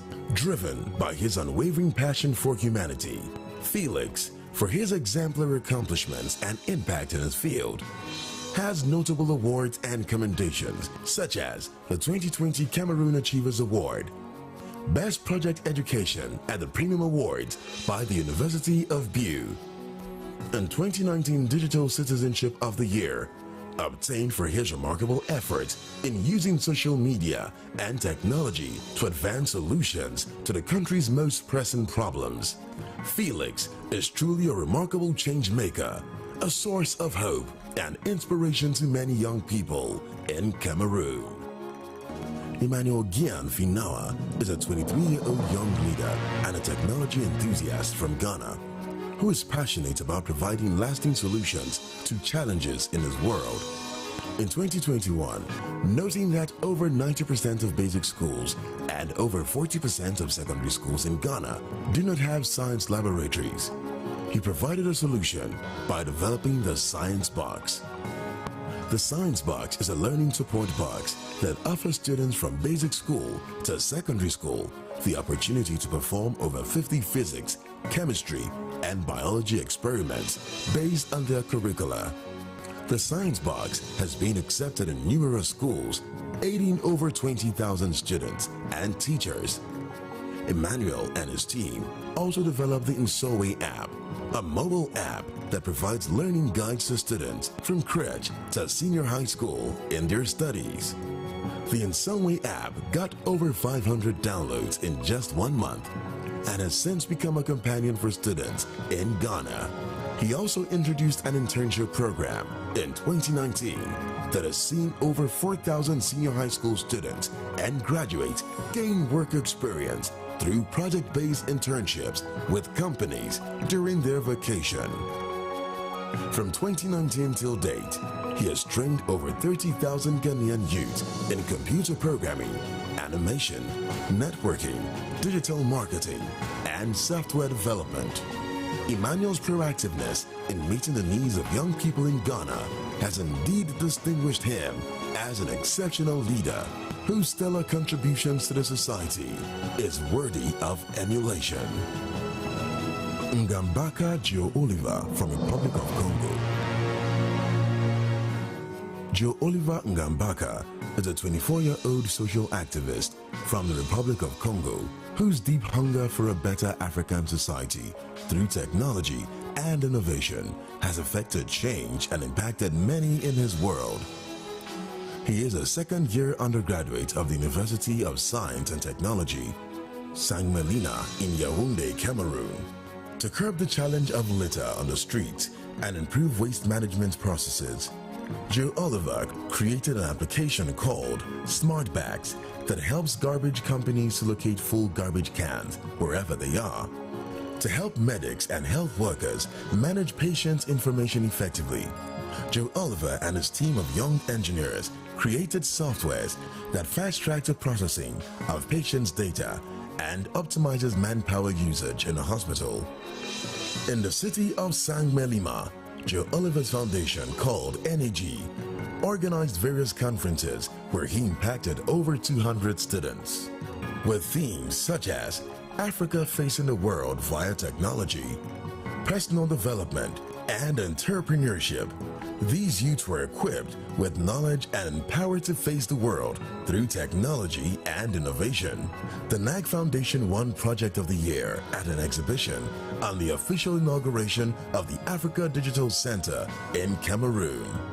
The Honorable Minister of State for Higher Education, represented by the Governor of South Region, awarded Joe Oliver and the NAG Foundation team with an honorary award certificate in gold. For 8 months, Joe Oliver collaborated with Zan, the most widely listened to radio station in Sangmelima, and has reached over 3 million listeners with his weekly broadcast for youth on entrepreneurship, education, and use of technology. Ngambaka Joe Oliver is a shining light in his community and an excellent example that anything is possible if you believe. Gideon Chidozie Okeke from Nigeria. Gideon Chidozie Okeke is a 23-year-old dynamic leader from Nigeria who's humanitarian, a volunteer, a student, and an entrepreneur. He is a co-director at Plus Africa Nigeria Limited, Ingrace Digital Resources Africa, and the founder of Impact Field Global Youth Initiative. Believes that writing is fundamental to reaching young people and has published 9 books with over 15,000 copies in circulation. In 2016, he launched the Enugu Readers Summit that has grown to become the second largest gathering of students in Enugu, with over 10,000 on-site participants at the annual program. This annual project is already spreading into other parts of Nigeria. He has also donated thousands of books to school libraries. He has reached over 2 million young people in his city and beyond via television and radio. Gideon Okeke is truly a young leader who has impacted his world with the investment of his personality and is set to bring more improvement to his nation. Let us applaud this set of nominees for the Future Africa Leaders Award. Thank you. This is the Future Africa Leaders Awards nomination show.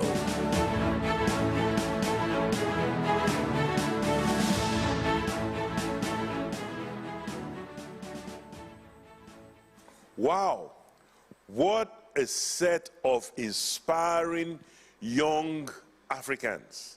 And I want to, first of all, thank our celebrity announcers, Isaiah Deng, who took the set of nominations on agriculture.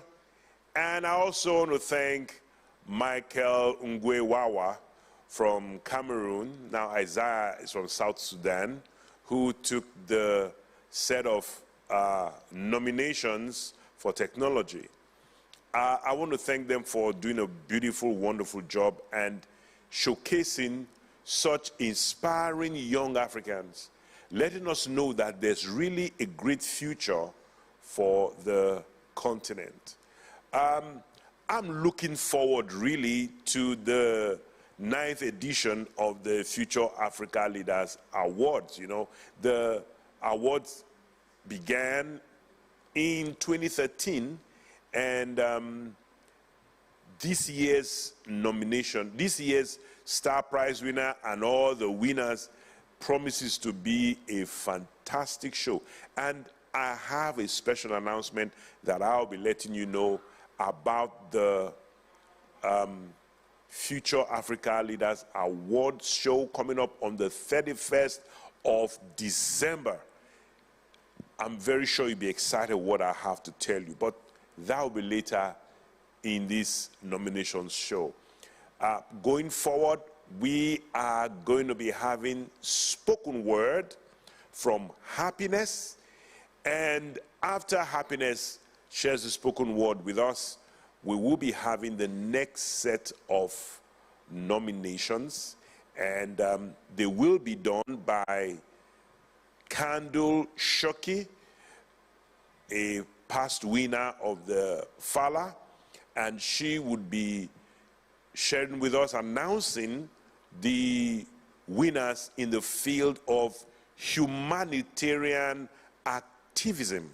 And after Candle Shoki, we'll be having another past winner, Hansen from Nigeria, who will be announcing another set of nominations. But I want you to be excited as you watch these inspiring Africans, young people being introduced to us for the Fala for 2021. Now, wherever you are watching us across the world, because this show is being broadcast across the whole world, I would like you and encourage you to take a selfie of yourself, or if you are watching with other people, take a group photograph showing you watching, and post on King's Chat and other social media platforms. And remember to use the hashtag FALF. Now, FALF is Future Africa Leaders Foundation. Hashtag FALF. Hashtag Fala, that's FALA. Hashtag Fala Nominations Show. And of course, you should hashtag the country that you are watching us from. So get cracking, take those selfies, post them. Let's flood the whole social media world with the Fala Nominations Show and the Fala Show. Let's make it trend worldwide. But meanwhile, I introduce to you Happiness with the spoken word.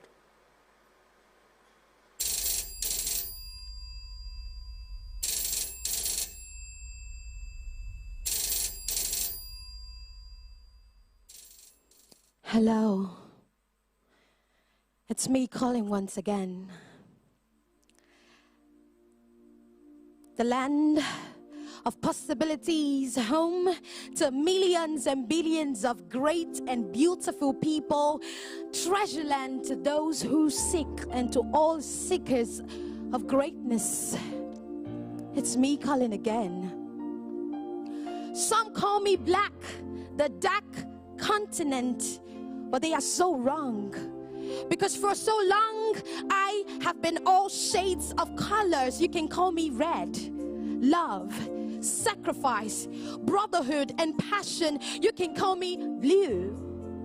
The limitless horizons of the skies and the depths of the sea. I am stability, ambience, truth, and grace. You can call me yellow. Hello, can you hear me? I am yellow for sunshine, warmth, and happiness. I am white, purity, innocence. I am glory and light. I am purple, loyalty, royalty, and dignity. I am green, for everything grows around me. I am green for fruitfulness, productivity, and fertility. You think you've seen the God's creation and nature's beauty, but I tell you, here I am where the Lion of the tribe of Judah roars loudly. I am gold. I am wealth, eloquence, quality, and class. I am Africa. I am me, I am you, I am us. There's no me without you. And how can I rewrite us without you? I am Africa. And I am calling once again to inform you That yet my dungeons are full of innocents held back in prisons who have not been visited, and skinny children still roam my streets looking and begging for food to eat, even but a tiny one. Train up a child in the way he should go, but is that the way they should grow? Tribal wars is still a commonest. And yes, some so-called mortal men have developed backbones and audacity to call themselves gods, playing with the fate of my nations in their hands. But do they know that I am not for sale? Do they know that I am not for sale? I think they must be in a deep state of illusion, for I know that deep beneath me and underneath me, arising are the ones, I call them the ones who have been chosen. Do they know that I am not for sale? And I'm calling this line because I know that I am tired of calling 911 waiting for the world's aid, or is it AIDS? And I am calling this line because I know that this is the helpline, this is the hotline, the line of the ones who are on the front line, the line of the ones who are written guidelines for leaving footprints of legacy on the sands of time, the ones who have been called and ordained to change my story and change the narrative from the blasphemy and all the fallacy that the world has tagged me in, and to change the hashtag that I've been tagged in, which we're all ash. I am Africa, and there's no me without you, and how can I rewrite us without you? I am Africa, land of possibilities, home to millions and billions of great and beautiful people. There's no me without you, and how can I rewrite us without you? I am Africa. And yes, Africans can, because they are the ones who fight not against flesh or human spoil, but against principalities and powers and rulers of darkness of this world. The ones who have chosen to stand on the front line, to take a stance, notwithstanding, to be outstanding. The ones who stand out. The ones whose strategy is not to pray, but to shine brighter than the sun, even at day. The ones who do good works just like their saviors, spreading the good news all around and spreading love.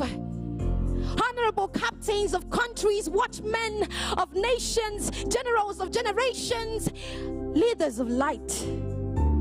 The ones who have chosen to take a stand. The ones who will never let evil prevail because they are good and they will do something. The ones who will never turn a blind eye when justice does not lead. The ones who become providence when there is a need. The ones who become evidence so that justice and truth will lead. I am Africa, and there's no me without you. There's no rewriting us without you. I am Africa. And yes, they are the ones who spread the good works of their Savior until the whole world sings fa la la la la fa la, singing praises to the Father.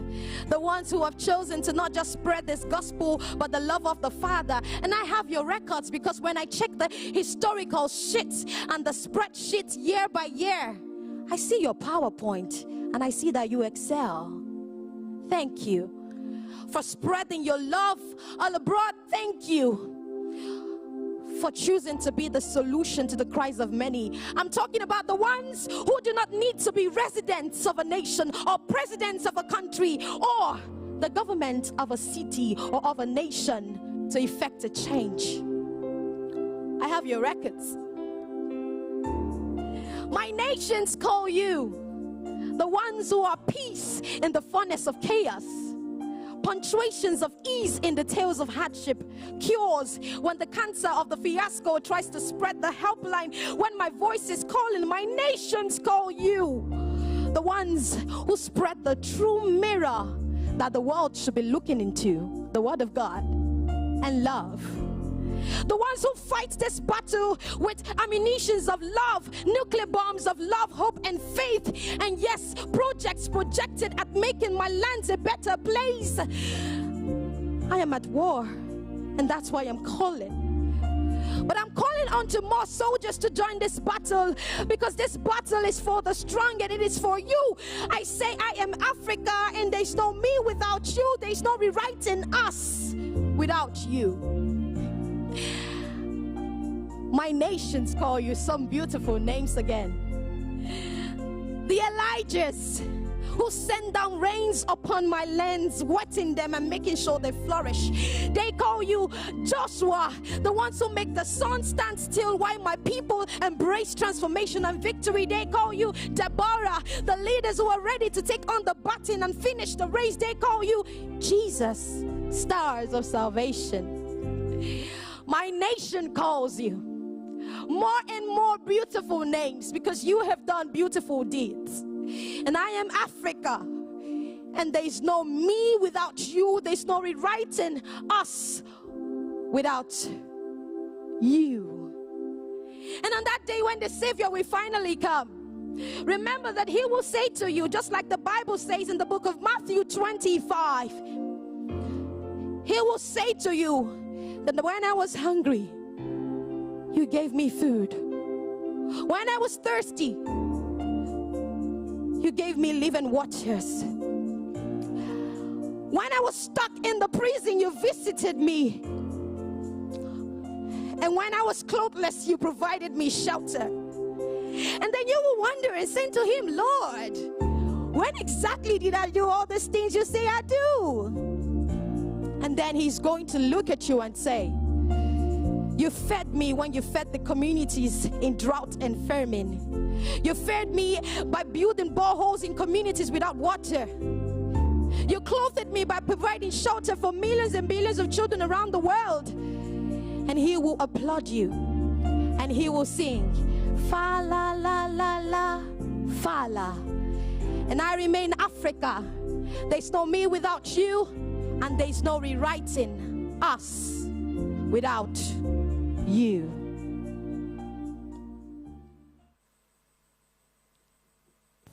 This is the Future Africa Leaders Awards nomination show.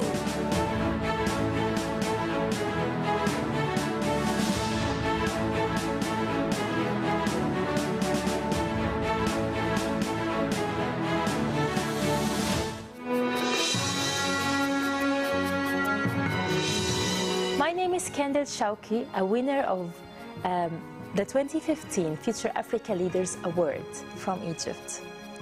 I heartily welcome you to the 2021 Future Africa Leaders Award nomination show. First, I want to seize this glorious opportunity to thank and appreciate the President of the Future Africa Leaders Foundation, Reverend Dr. Chris Oyakhilome, DSc, DD, for equipping me to impact Africa through my work and the investment of my personality. Humanitarian aid is important to express our love for mankind. In many conflict and disaster situations, many people, large number of people, need help, need assistance in a very short time. Displacement is common, and large camps of refugees or internally displaced persons, in particular, call for quick, simple way of helping people and prioritizing needs. Humanitarian relief efforts are provided for humanitarian purposes that include disasters, including mankind disasters. The primary objective of humanitarian aid is to save lives, alleviate suffering, and to maintain human dignity.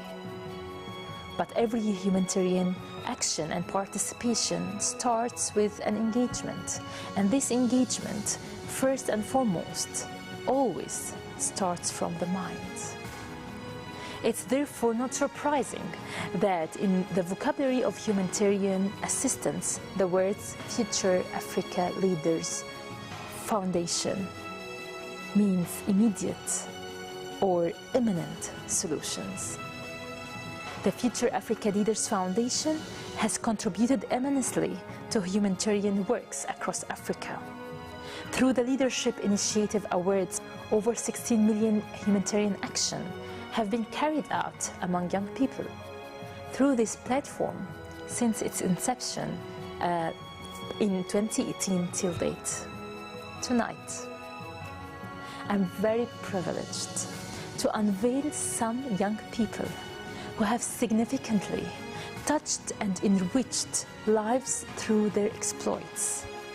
And such exploits gain not just national, but global attention and ascendancy. I therefore present to you the next set of nominees. Bakaki Yusuf Favor from Uganda, Zulu Destiny Fontani from Zambia, Torboal Priska Nedand Noba, Chad, Manzi Guavera from Rwanda, Aguidi Caesar Komi from Togo. Bakaki Yusuf from Uganda. Bakaki Yusuf is a 24-year-old youth leader from Uganda who demonstrates leadership through community service. He is the founder and CEO of Young Leaders Africa, an initiative that aims at creating network spaces among young people to empower and support each other. He headed a team that reached out to 250 pupils and 10 teachers in Fairway Primary School, Nwanzu, raising awareness about vital issues to be addressed in society. As a result, teachers at the school initiated a Teachers Goals Fellowship with the major purpose of reaching out to sensitized members of the community. This led to the formation of Village Savings and Loans Associations, VSLAs, to end poverty in the community. He pioneered the Children's Home Initiative, which took 23 destitute children, giving them a home where they receive well-rounded care that address their physical, social, mental, and spiritual needs. He worked with members of the Bulu Bandi community to clear a thick bush that harbored dangerous reptiles and animals, and had also turned into a hideout for criminals at night.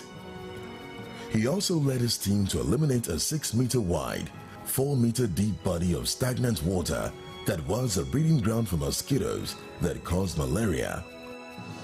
To help a vulnerable family that consisted of 2 elderly women and 16 destitute children in Iganga, he embarked on the home construction campaign, and with support from sympathetic donors, he raised funds for the construction of a 5-room house worth $14,000.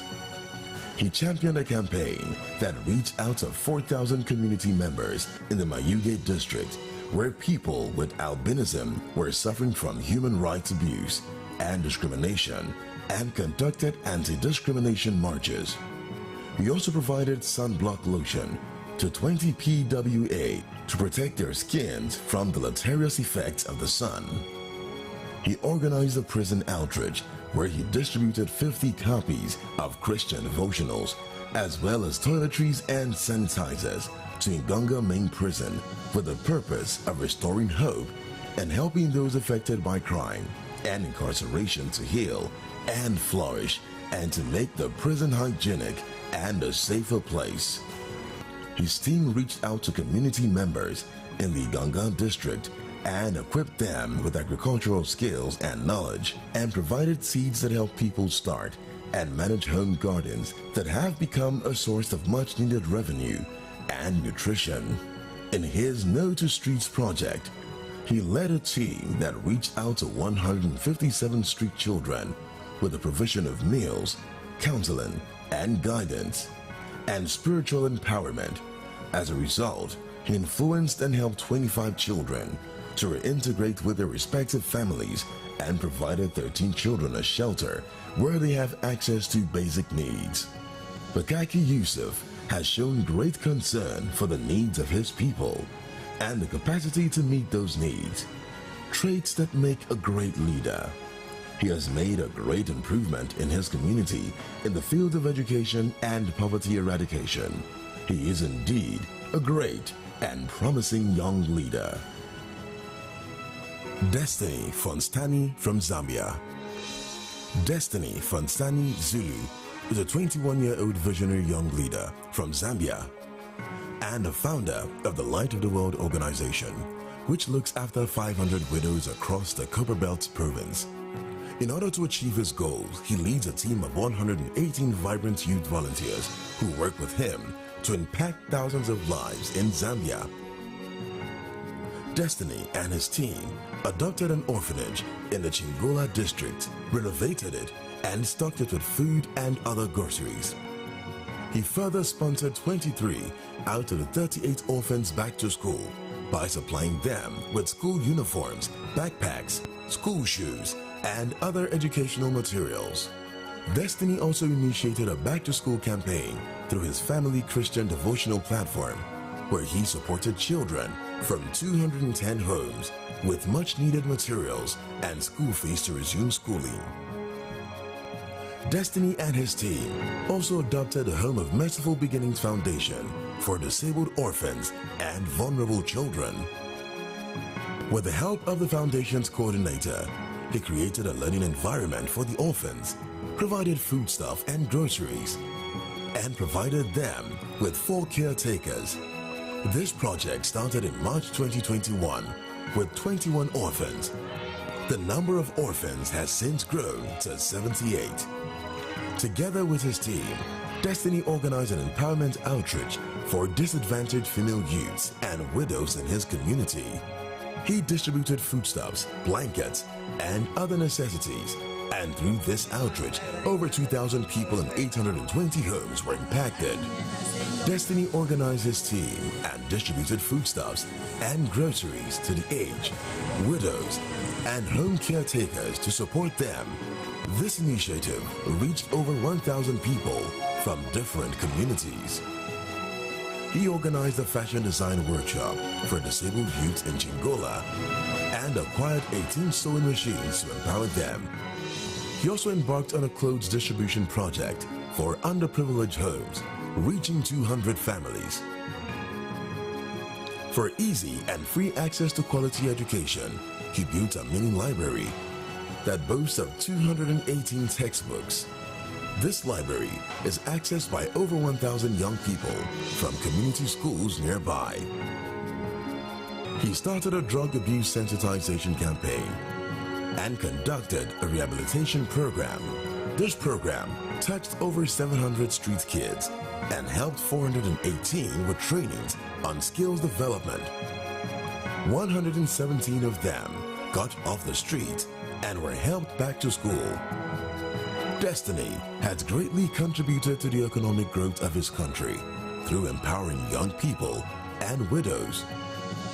With the help of the District Commissioner of Chingola, he acquired land in the Copperbelt for widows to carry out farming activities and other piece of land for youths to plant for sustenance and income as they study. These projects have impacted over 500 widows and 310 youths and were recognized by the District Commissioner of Kitwe, who helped in acquiring seeds. His work has inspired many people across the country, and he has been invited to tackle many important issues such as youth empowerment, nation building on TV and radio stations with a very high coverage, thereby reaching millions of viewers and listeners. Destiny's truly transformative leadership has touched the lives of many and inspired others to do as he does. Priska Torbol from Chad. 23-year-old Priska Torbol is a courageous and dynamic youth leader who has touched the lives of thousands of youths in the nation of Chad. She has led several development projects, initiated training programs for youth development at local levels, and built leadership capacity among the young people in her community. She facilitated an entrepreneurship and skill learning program where hundreds of youths were trained in skills such as soap making, production of jam and petroleum jelly, art decoration of shoes, handbags and pearl bracelets, etc. 40 of the beneficiaries have started new businesses, sponsored by philanthropic individuals, and 2 who set up shops in a community market. Priska volunteers as a teacher in a primary school that she adopted, where she also renovated 2 classrooms and distributed Christian materials to more than 250 children. Parents have good reports and testimonies of the positive change in their children. She also organized 2 outreach programs and a concert in her local community, and had about 1,400 young people in attendance being impacted. Her passion for helping vulnerable children led her to visit a local orphanage where she mentors and inspires the resident children.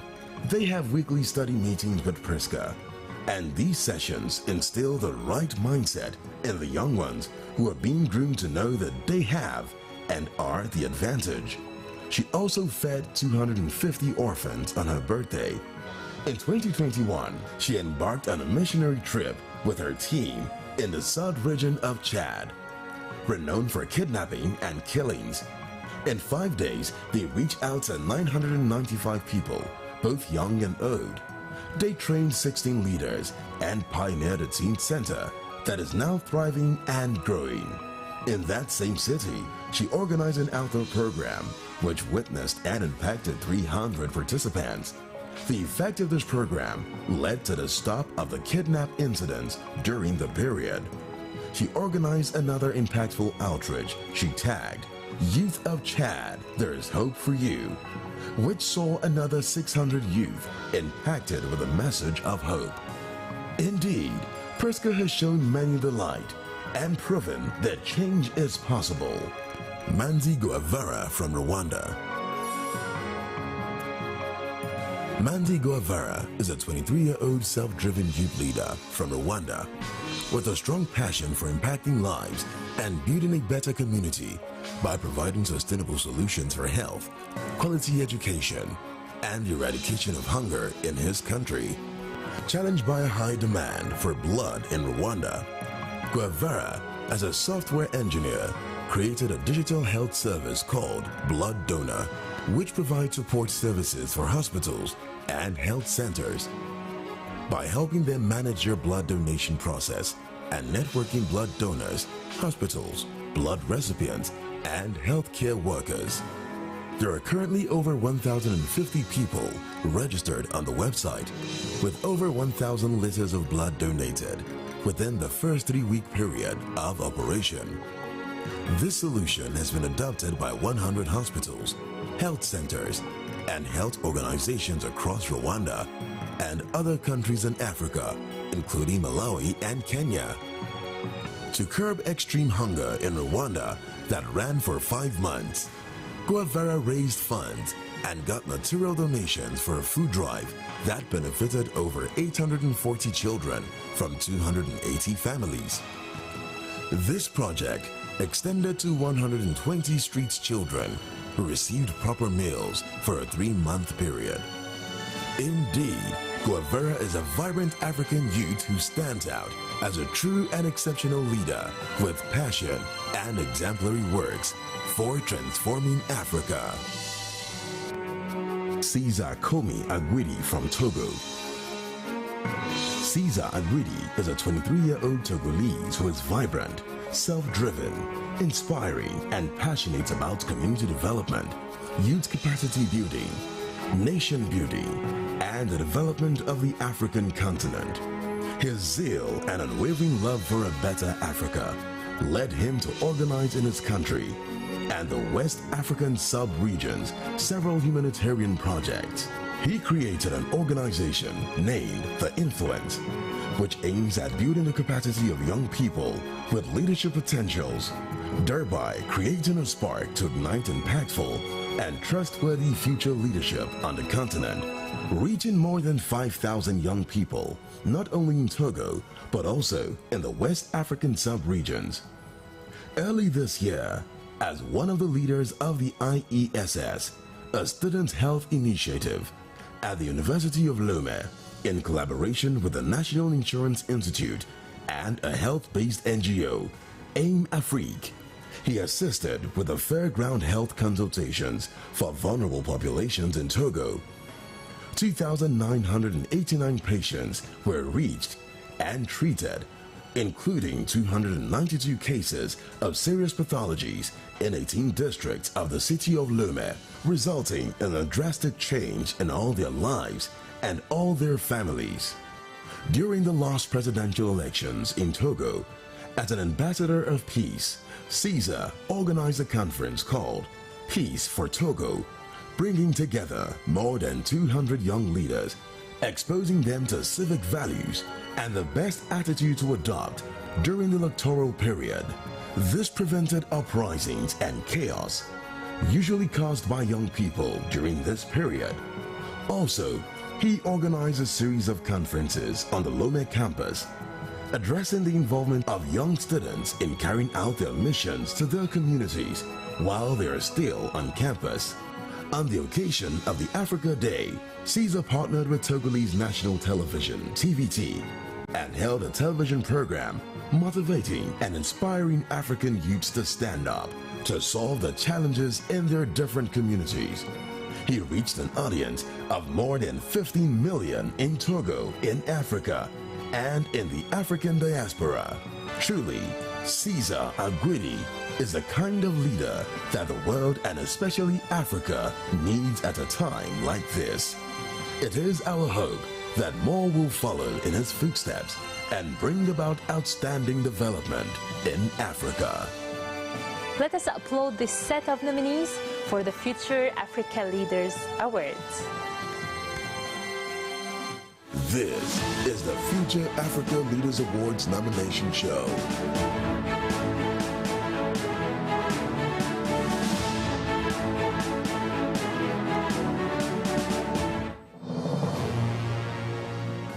My name is Hansen from Nigeria, winner of the 2019 Future Africa Leaders Awards. I heartily welcome you to the 2021 Future Africa Leaders Awards nomination show. I would also like to use this opportunity to duly express my heartfelt appreciation to the President of the Future Africa Leaders Foundation, Reverend Dr. Chris Oyakhilome, DSC Didi, for counting me worthy to be used to impact Africa with the driving impact of my works and also the quality of my personality. Young people make up the bulk of Africa's total population, with an estimated 75% of the continent's population below the age of 35. From a demographic point of view, this calls for a paradigm shift towards the recognition and support of the youth to harness their potential by building capacity for skills improvement and development. Youth empowerment encourages young people to take responsibility for their lives by identifying situations and then take adequate action in order to improve their access to resources and transform their consciousness and their environment through their beliefs, values, and attitudes. Tonight, I am very honored to make known some young people who have significantly touched and enriched lives through their exploits, and such exploits have gained national and global attention. I therefore present to you the next set of nominees.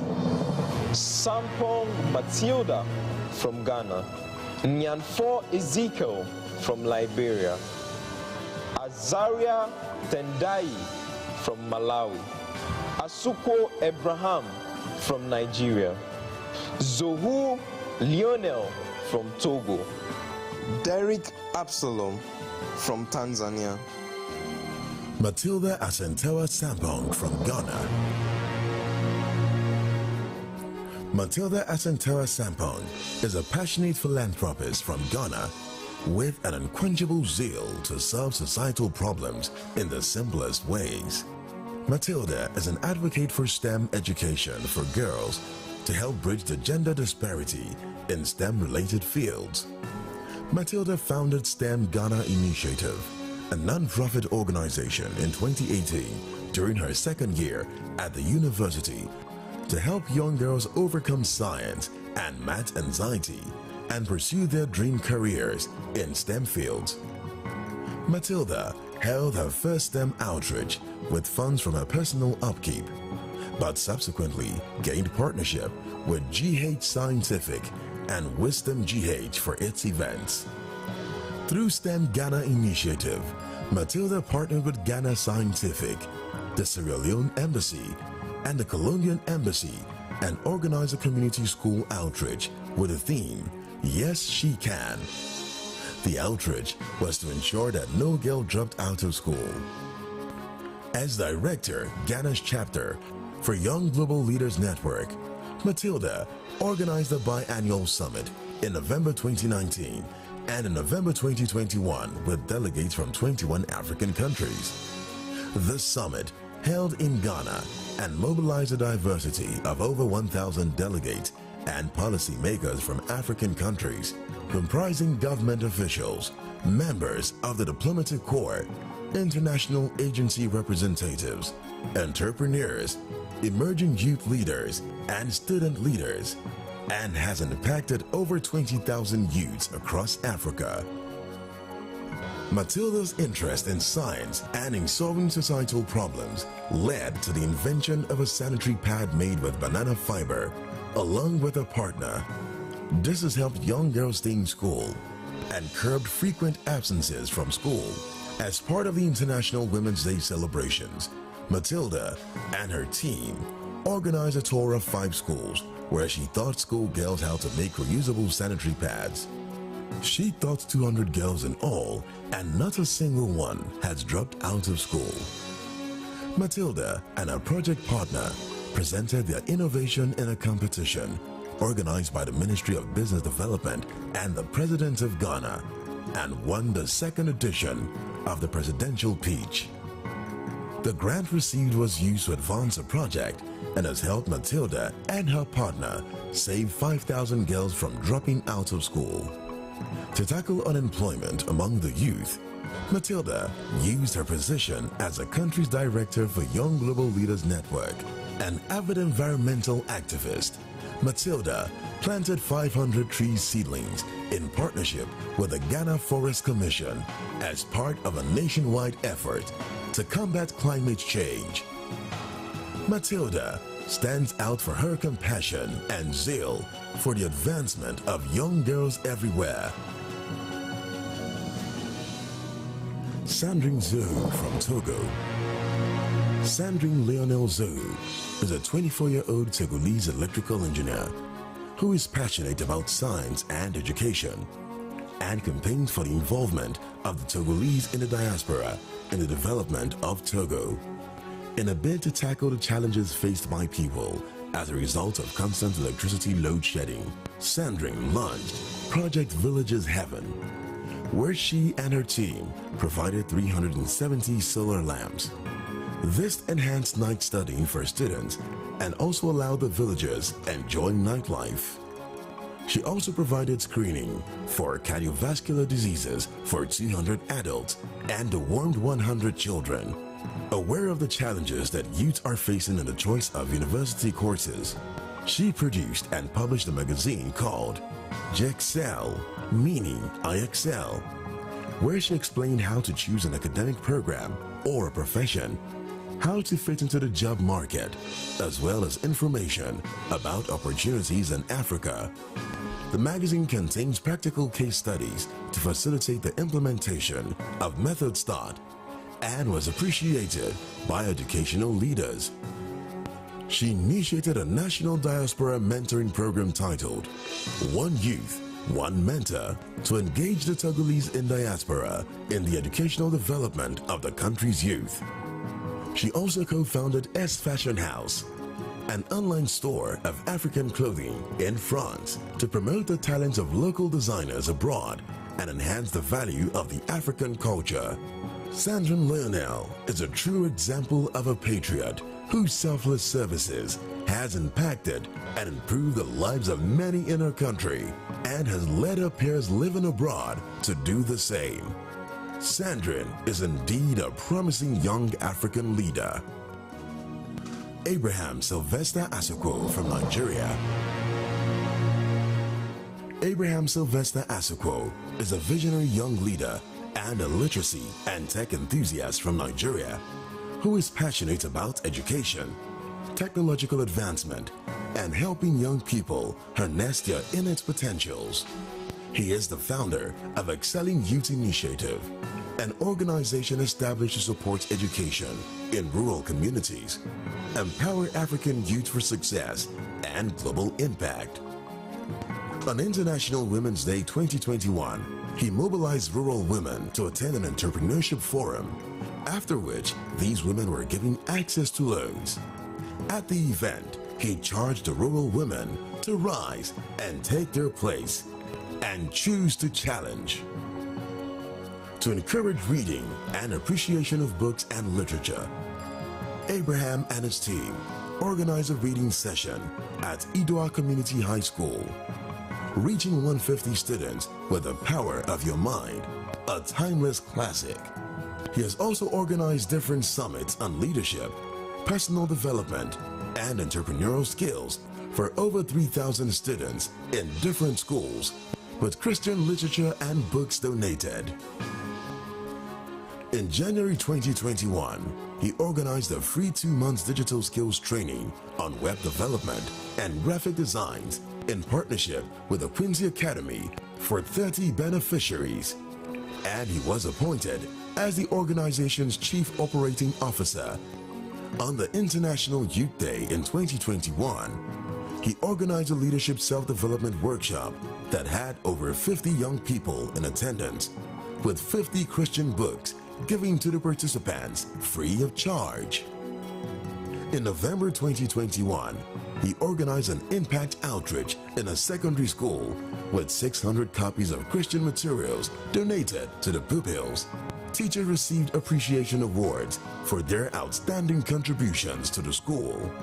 Noting the poor state of education in his community, Abraham identified schools that needed libraries and other school amenities. Partnering with the Inspired World International Foundation, the National Book Club, and Readers Promoters Council, and Booksellers Association of Nigeria, he opened the first library in Idua Community High School with 1,000 books donated. The library will be accessible to the public and is set to open in January 2022.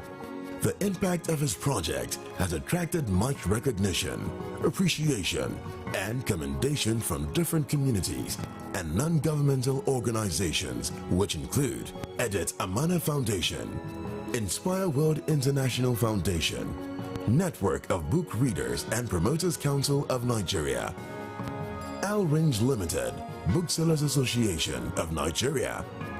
Indeed, Abraham Sylvester Asuquo is a future Africa leader who will keep changing the narrative and improving the lives of young people in Africa. Azaria Chizungu from Malawi.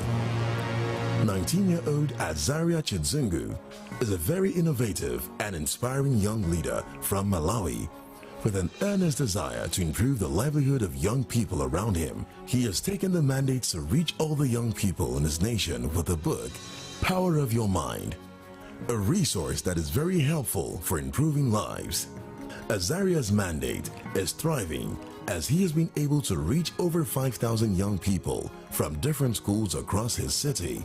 With his eagerness to see young people attain quality education, Azaria raised funds for the renovation of 15 classrooms in Lunzu district of Malawi.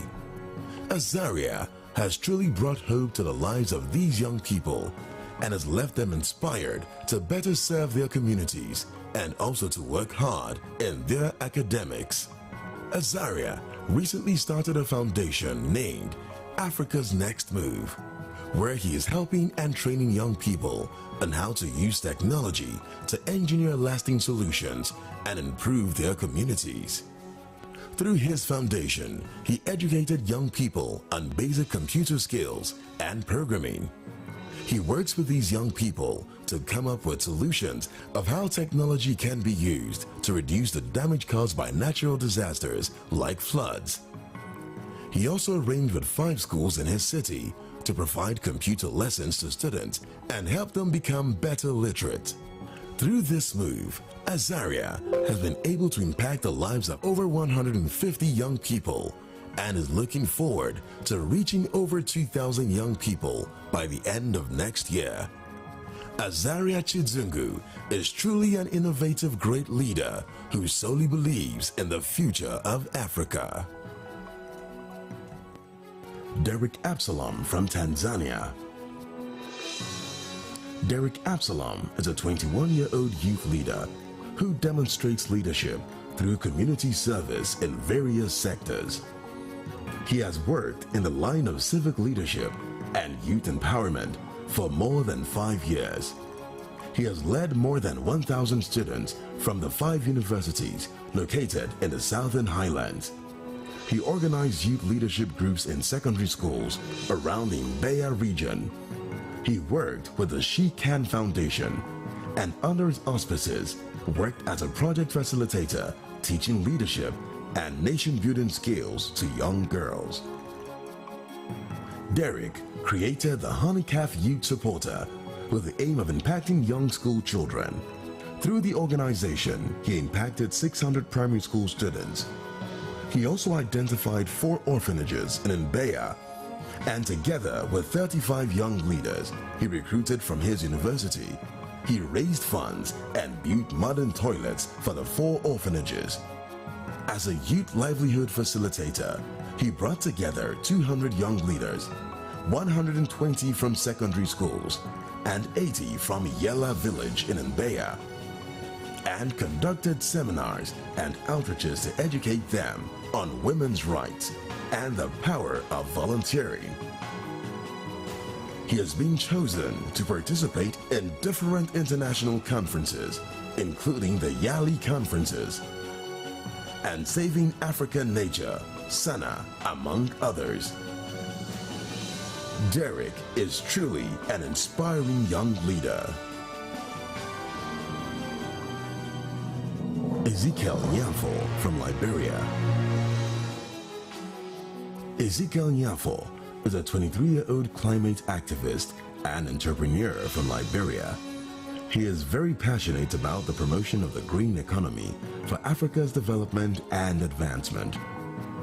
In 2020, he started an NGO called the Liberian Youth for Climate Actions, LYCA. The organization has led campaigns and hosted conferences and workshops that directly impacted over 10,000 young people. The Eco Class Project also launched the first ever climate and environmental campaign in the Fendel campus of University of Liberia, themed University of Liberia Go Green, UL Go Green. The campaign reached over 18,000 students through the Green Forum, Climate Quiz, and team building exercise. Over 30 students were trained as Green Campus ambassadors to lead the project. Ezekiel organized the first National Clean Air Day in the Republic of Liberia, which brought together decision makers, experts, marketers, community waste management entities, women's groups, youth groups, and representatives of civil societies to collectively fight and curb the massive air pollution in Liberia. Ezekiel's exemplary accomplishments have earned him numerous notable commendations from youth across Africa, the government of Liberia, and local NGOs. Ezekiel Nyafo is indeed an exceptional leader who works for a sustainable future and planet. Let us applaud this set of nominees for the Future Africa Leaders Awards. Thank you. This is the Future Africa Leaders Awards nomination show.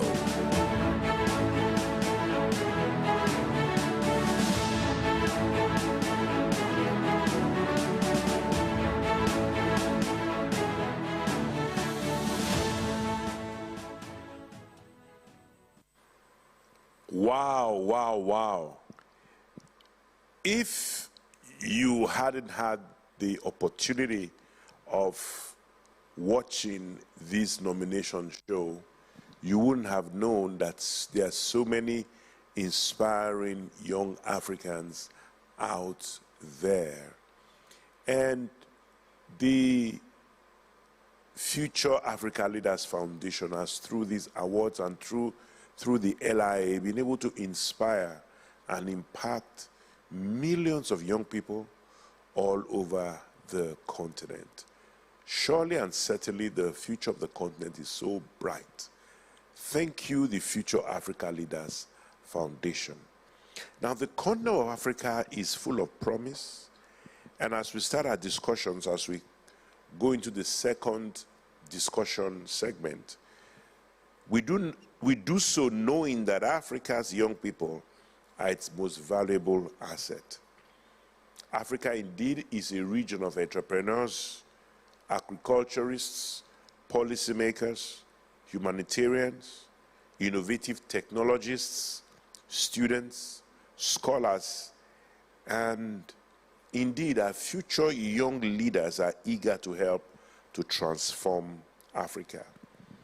I have here a panel of bright, intelligent, exciting, innovative young Africans, all past winners of the Future Africa Leaders Awards.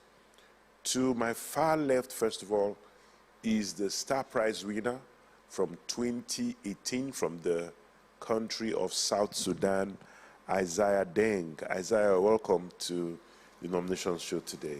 Thank you, sir.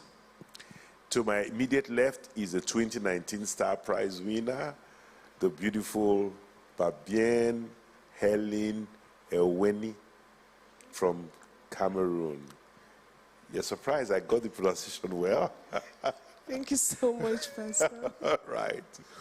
To my immediate right, and she's always so proud of saying, the youngest ever winner of the Future Africa Leaders Award from the wonderful nation of Malawi. I introduce Miami Kobanda. Thank you so much, sir. You're welcome. Thank you. And to my far right, energetic, vivacious, intelligent, excellent communication, and so funny. A winner from 2020 from the nation of Nigeria, Victor Mba. Thank you so much. Did I get that? Mba, not Mba. Yeah, it's Mba. Mba means no. Mba means no. All right. Thank you so much. Now, the Future Africa Leaders Foundation is with the vision to raise financial, political, technological, intellectual, and economic giants who are driven by the challenges in Africa to prefer sustainable solutions. Now, in its 9th edition, that is 9 years in a row, the foundation now has this, now in its 9th edition, that is 9th year in a row. How has this vision been maximized? I want Babienne to share with us some of the impact of this vision on the continent of Africa and on the lives of young Africans. Thank you so much, sir, for having me here today. I want to specially thank the president and founder of the Future Africa Leaders Foundation, Reverend Dr. Chris Oyakhilome. Thank you so much, sir, for believing and investing in the future of Africa. And to our esteemed director, the CEO, Pastor Joella Phillips, thank you so much for showing us what true leadership is all about. Pastor, talking about impact, the Future Africa Leaders Foundation has given us a voice in the nation of Africa. To me personally, I want to first of all start by saying the seed funding we received from our president, it has enabled me to become financially buoyant. I was a nobody before, but I now have a voice, and I've been able to amplify my works in Africa. I was able to acquire a 3-hectare land from the seed fund I received from our president, and I've been able to cultivate plantain on this farmland, which will help me get more income to be able to do the things I do better, and to be able to reach out to more young people and to change their lives and give them hope. Talking about impact still, Ambassador Victor Mba is doing a lot on education. He carries out a project known as Library Renovation, where he moves across his neighborhood, his community, gets books from those who have left school and who are no longer going to school, gets their books, gets several others to donate books, and constructs library, then take these books so every child will have access to a textbook and there will be no excuse for not studying in school. And as a result, it will enhance and make education easier for young people. Not just that, we have several young people on technology doing a lot, like my brother in Cameroon, Gwe Michael. On technology, he runs what we call a blood bank. It is mostly done online, where people donate blood for situations which are really in need of this blood. They register and they donate blood to save lives. And a lot of others. We have Maya, who does so much on education and humanitarian activities. We have Avante Mofosiri, who gives out food to ensure that the young people have enough to eat, and as a result, study in a conducive environment. Thank you so much. Before I move on, I just wanted to tell us very briefly, the story about the, is it nursery school in your city, something you did, just very briefly, quickly. Thank you so much, sir. Okay, I was doing a teaching practice activity in a certain school. When I got to the school, the first thing I identified was that there was a need. There was a certain block which had been deserted, abandoned in school. And as a result, I renovated the environment, the school block, painted the classroom, changed the roof and the zinc sheets. And today we have kids studying in that classroom, and the environment is conducive for learning because I was able to identify a need and to make my environment better. Wow. That's the testimony of so many Future Africa Leaders Foundation ambassadors all over the continent. Yes, sir. Thank you so much. Now, Victor, it is true that young Africans carry real dynamics for innovation, and the Future Africa Leaders Foundation has helped young African startups and incubators through the award, through FALA-provided seed funding, support, and technical assistance to bring their innovative ideas to the fore. Now, Victor, tell us some of the significant accomplishments by Future Africa Leaders Foundation ambassadors in their various regions, and how through innovative approaches they are leading the way for others across Africa after receiving this financial and technical support. Oh, thank you so much, sir, for this great opportunity. First, I would like to say a very big thank you to the president of the Future Africa Leaders Foundation, Reverend Dr. Chris Oyakilome, DSC, DD, and also to the director of the Future Africa Leaders Foundation, the highly esteemed Pastor Dr. Diola Phillips. Thank you so much, Ma. Thank you so much, Pastor, for investing and believing in young people. When we talk about the impact of what the Future Africa Leaders Foundation ambassadors are doing in their various regions, before the award, or before you are qualified to be an ambassador of the Future Africa Leaders Award, these young people, we the young people, have been involved in a lot of projects which is aimed at helping our various communities. And in this regard, the Future Africa Leaders Foundation has enabled young people gain more opportunities to be able to scale up their project. Probably before you won the award, ambassadors were at level 5. But after getting the grant and going through the mentorship program, they've been able to scale up their project to now level 10. It has been remarkable what young people are doing. And receiving the award is an endorsement from the president of the Future Africa Leaders Foundation. Imagine the billions of people that you are being watched as the recipient of the Future Africa Leaders Award. Now, the impact of FAF ambassadors in their various regions. We have amazing ambassadors like Ambassador Merlin Ngasa, who is in Cameroon. Merlin is doing amazing work in Cameroon. He has a leadership school whereby he trains young people. I mean, this is not just mere words. There are videos, there are pictures, it is real. I know people who attend these mentorship programs, and the way you see the impact that he is making in the region of Cameroon, even organizing many programs. You see politicians and people that matters in Cameroon attending this summit. It is mind-blowing for a young person in that capacity to be able to organize such programs.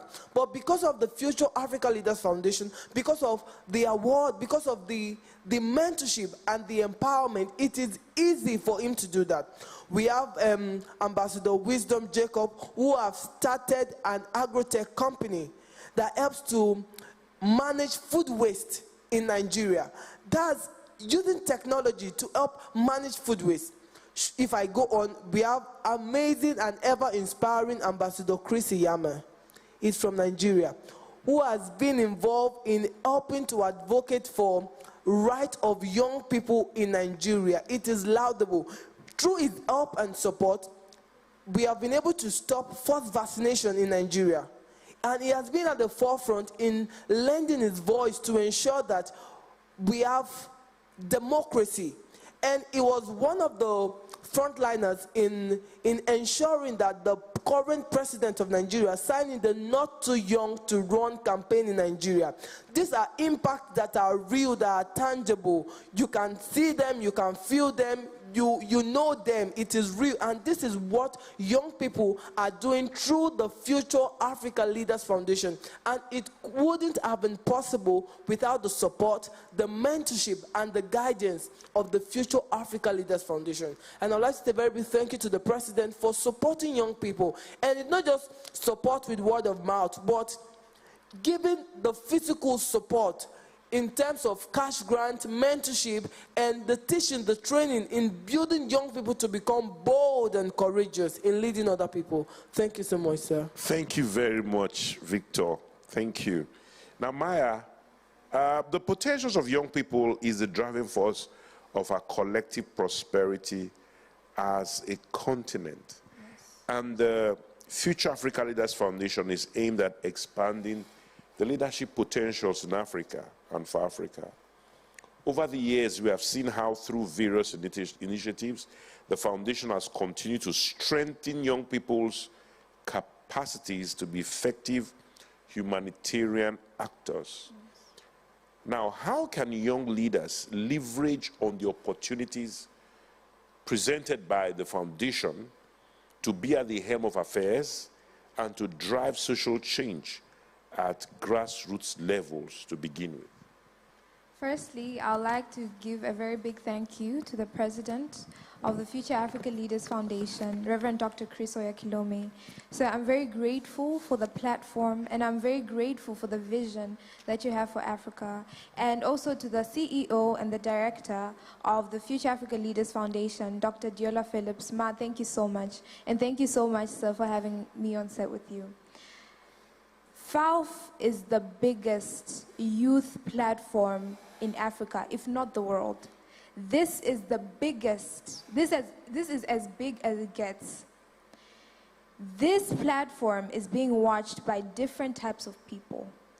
Me walking up that stage was the Future Africa Leaders Foundation and the president of the Future Africa Leaders Foundation saying, yes, I believe in this person, yes, I acknowledge this person, and yes, I know this person can do big things. Now you take that and you walk into every building that you want. When I started, I was just 15 years old.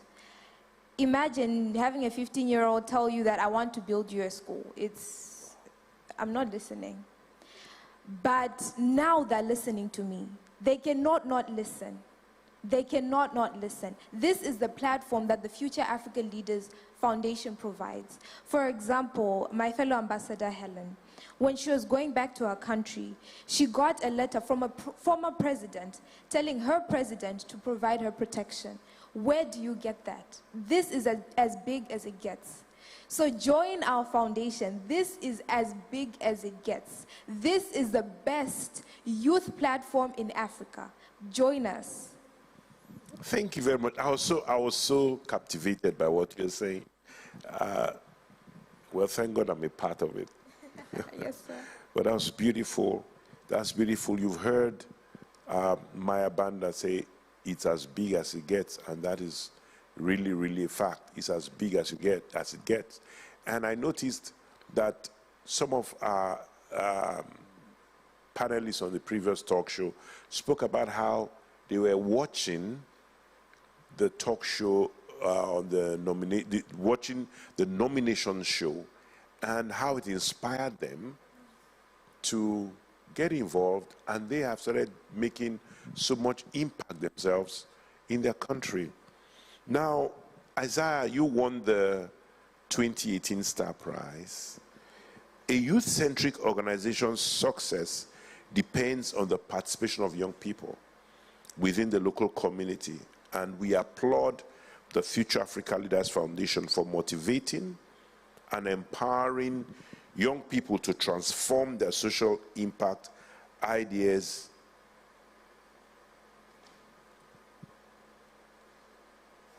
into actionable programs over the years. Today, the world faces daunting challenges, from persistent poverty to entrenched inequalities.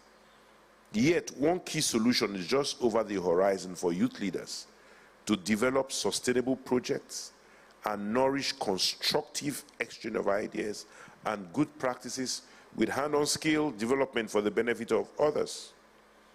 On this note, youth play a very important part of reforming a number of issues in Africa, ranging from developmental, social, environmental, and humanitarian action. Now, Isaiah, why is this important to us in the Future Africa Leaders Foundation? Please talk to us. Yeah. Thank you so much, sir. First of all, I want to thank the president of the Future Africa Leaders Foundation, Reverend Dr. Chris Oyakhilome, DSCDD, for believing and investing in the young people in Africa. And also to the CEO, Dr. Diola Phillips, for loving us especially. Thank you, sir, for that opportunity to also be on set today with you, sir. First of all, I want to, when you look at Africa, there are a lot of challenges that are really facing people from different parts of Africa, ranging from challenges in education and in leadership and other parts. So as a young person, when you're facing such challenges, you find that you cannot do anything by yourself. But with the training that the foundation, the Future Africa Leaders Foundation, is giving us, Pastor said something. He said that Africa will be built by Africans. So we don't wait for someone else to come in and do things for us. So we, the young people in Africa, are the one to change the narrative of Africa. And that's what actually the foundation is training us to do. As a young person, it's either you are part of what is happening of the problems, or you are the change to the problem that are really being faced in your region. You know, Pastor Sir, the foundation actually provide the inspiration.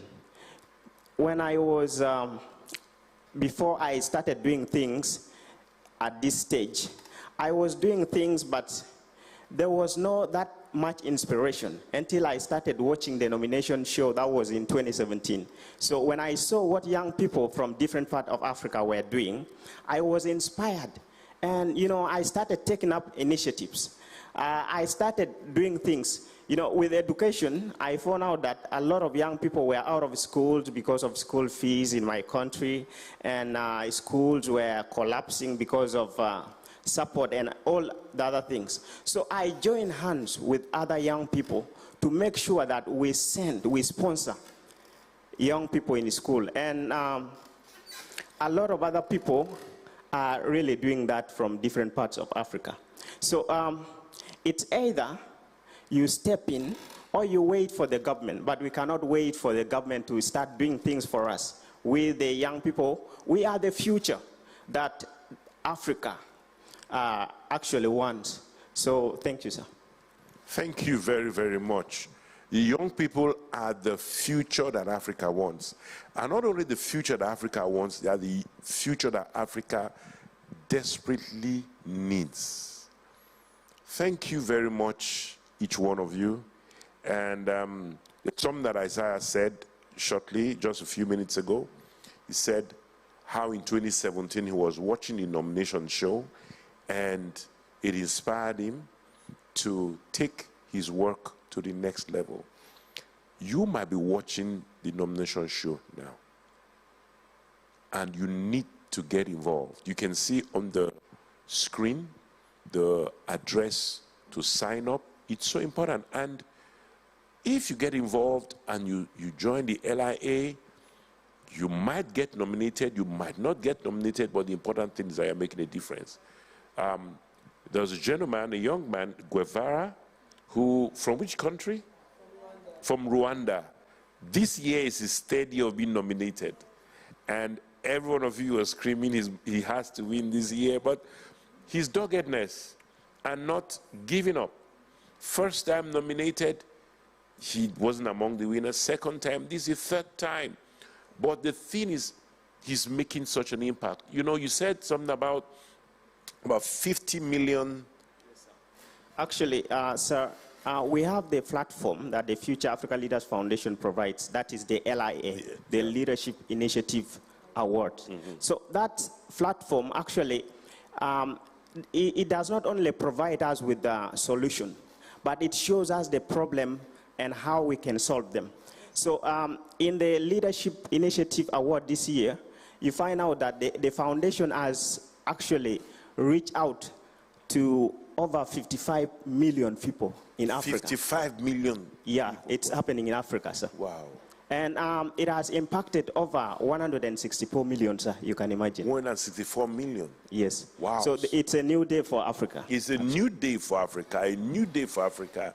And Africa is definitely going to reap a great harvest from the impact that the Future Africa Leaders Foundation is providing through the Leadership Initiative Award. So go there, become a part of it, and change our continent. Change our continent. Thank you, Victor. Thank you so much. Thank you, Maya. Thank you. Thank you, Babienne. And thank you, Isaiah. It's been great having you on the set. And coming up is the 5th and 6th celebrity announcement. Before then, we would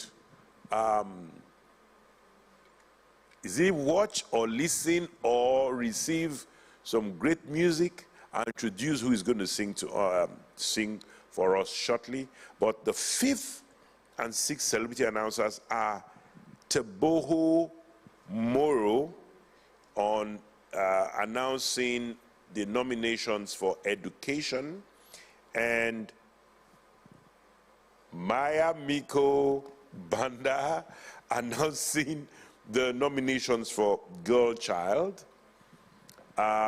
So that's the 5th and the 6th celebrity announcers. But let's watch some jams.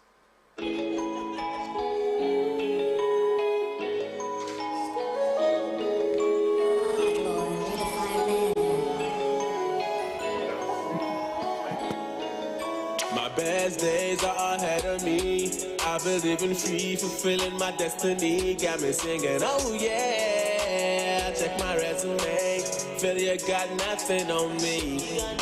My best days are ahead of me. I've been living free, fulfilling my destiny. Got me singing, oh yeah. Check my resume, failure got nothing on me. You're my life, you're my peace, multiplied. All I need, you supplied. When I serve, that's a vibe. All of the tears I cried, through all of the lonely nights, calmed every storm inside, took them by surprise. Lord, you gave me joy when you came in my life. Wow, shining brighter even in the nighttime. Ooh, can take me down when you're my lifeline. It's me and you all my lifetime. Best days are ahead of me. I've been living free, fulfilling my destiny. Got me singing, oh yeah. Check my resume, failure got nothing on me. My best days are ahead of me. I've been living free, fulfilling my destiny. Got me singing, oh yeah. Check my resume, failure got nothing on me.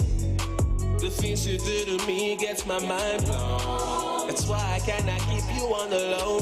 I take you with me into every time zone. You're the pilot, I'm on flight mode. I'm grateful that you called me. Happy I made you my priority. The sky is never gray when it's you. I see you have all of me. That's for eternity. I know God's good. Look at my life. I'm blessed. I can deny none. You love me and you care for me. You carry me like a baby. God's good. Look at my life. I'm blessed. I can deny none. You love me and you care for me. You carry me like a baby. My best days are ahead of me.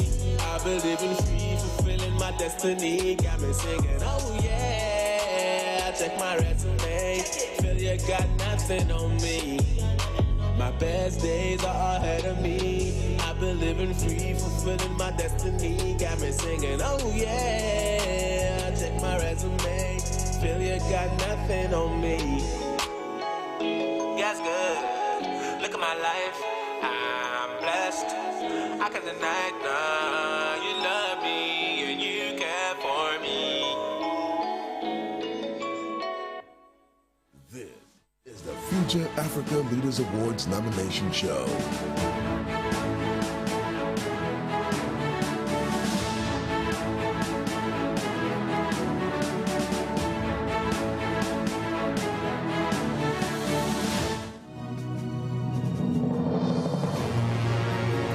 My name is Tebogo Mure, winner of the 2020 Future African Leaders Award from South Africa. What an honor it was. And I welcome you to the 2021 Future African Leaders Award nomination show. Please, let's give the nominees a warm applause. Before I continue, I'd like to especially thank our president, Reverend Dr. Chris Oyakilome, DSC, DD, for stirring up young people to take up leadership responsibilities, tackle challenges that plague our nations, and also contribute to social development that leads to nation building and economic growth. The African continent is full of tremendous promises. Emerging out of decades of stagnation, the continent is now home to 7 of the world's 10 fastest growing economies. That deserves another applaud. The significant strides in Africa's socio-economic progress have helped to grow a vibrant middle class and to propel technological advancements at a very rapid pace. Africa is also excitingly known as the world's most youthful continent, with nearly 50% of Africans under the age of 15. Africa's young people are our future and definitely our current leaders of note. And without a doubt, they will be the driving force behind sustainable growth across the whole continent. However, investment in education and training is much essential in building an educated and skilled workforce and, of course, to encourage innovation. It is an honor to let you know tonight that the Future African Leaders Foundation has invested in education by aiding 91 Fala winners with cash gifts in the past 8 years. That deserves another applaud. And among them, in the 2020 Fala winner, Avante Mafusuru Susan from Zimbabwe, who built libraries in 3 poorest communities in Zimbabwe after she bagged the award in 2020. Well done to Avante. Currently, she provides education for children in villages and slums for those who cannot access learning. She has also provided a conducive learning environment for a school in Zimbabwe by buying and renovating 3 classrooms, the staff room, and the library. Now that is impact.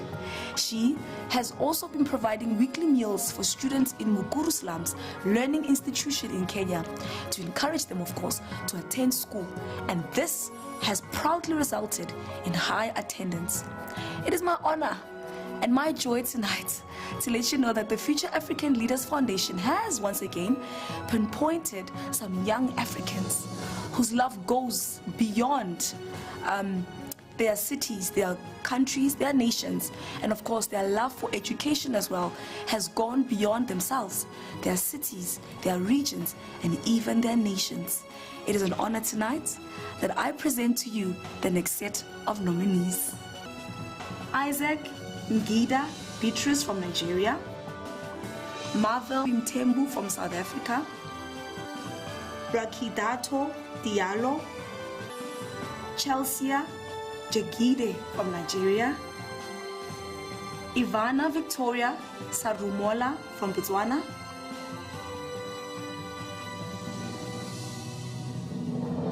Isaac Beatrice Ngida from Nigeria. Isaac Beatrice Ngida is a 23-year-old social activist from Nigeria. He is very passionate about community advancement and leadership development.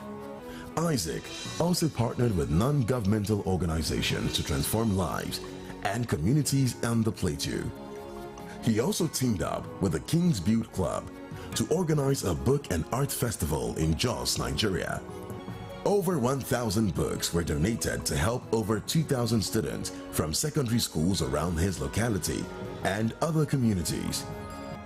During the COVID-19 lockdown challenges, schools in Nigeria were completely shut down for about 6 months, with the teaching and learning process coming to a standstill. Isaac partnered with Kingdom Kids Club, a non-profit organization, to help children in the inner cities by organizing classes for kids within the ages of 5 to 10, and also providing them with lunch during lessons through the Project Happy Pack. 930 children in 15 different communities benefited from this campaign. Isaac partnered with Safer World Foundation and Community Aid Workers Initiative, COWI, to sensitize the people of Jos community in Plateau State on the need for peaceful coexistence following the recent attacks on the community by unknown gunmen. The event gained visibility on several blogs and media houses, thereby reaching an estimated 1.5 million people.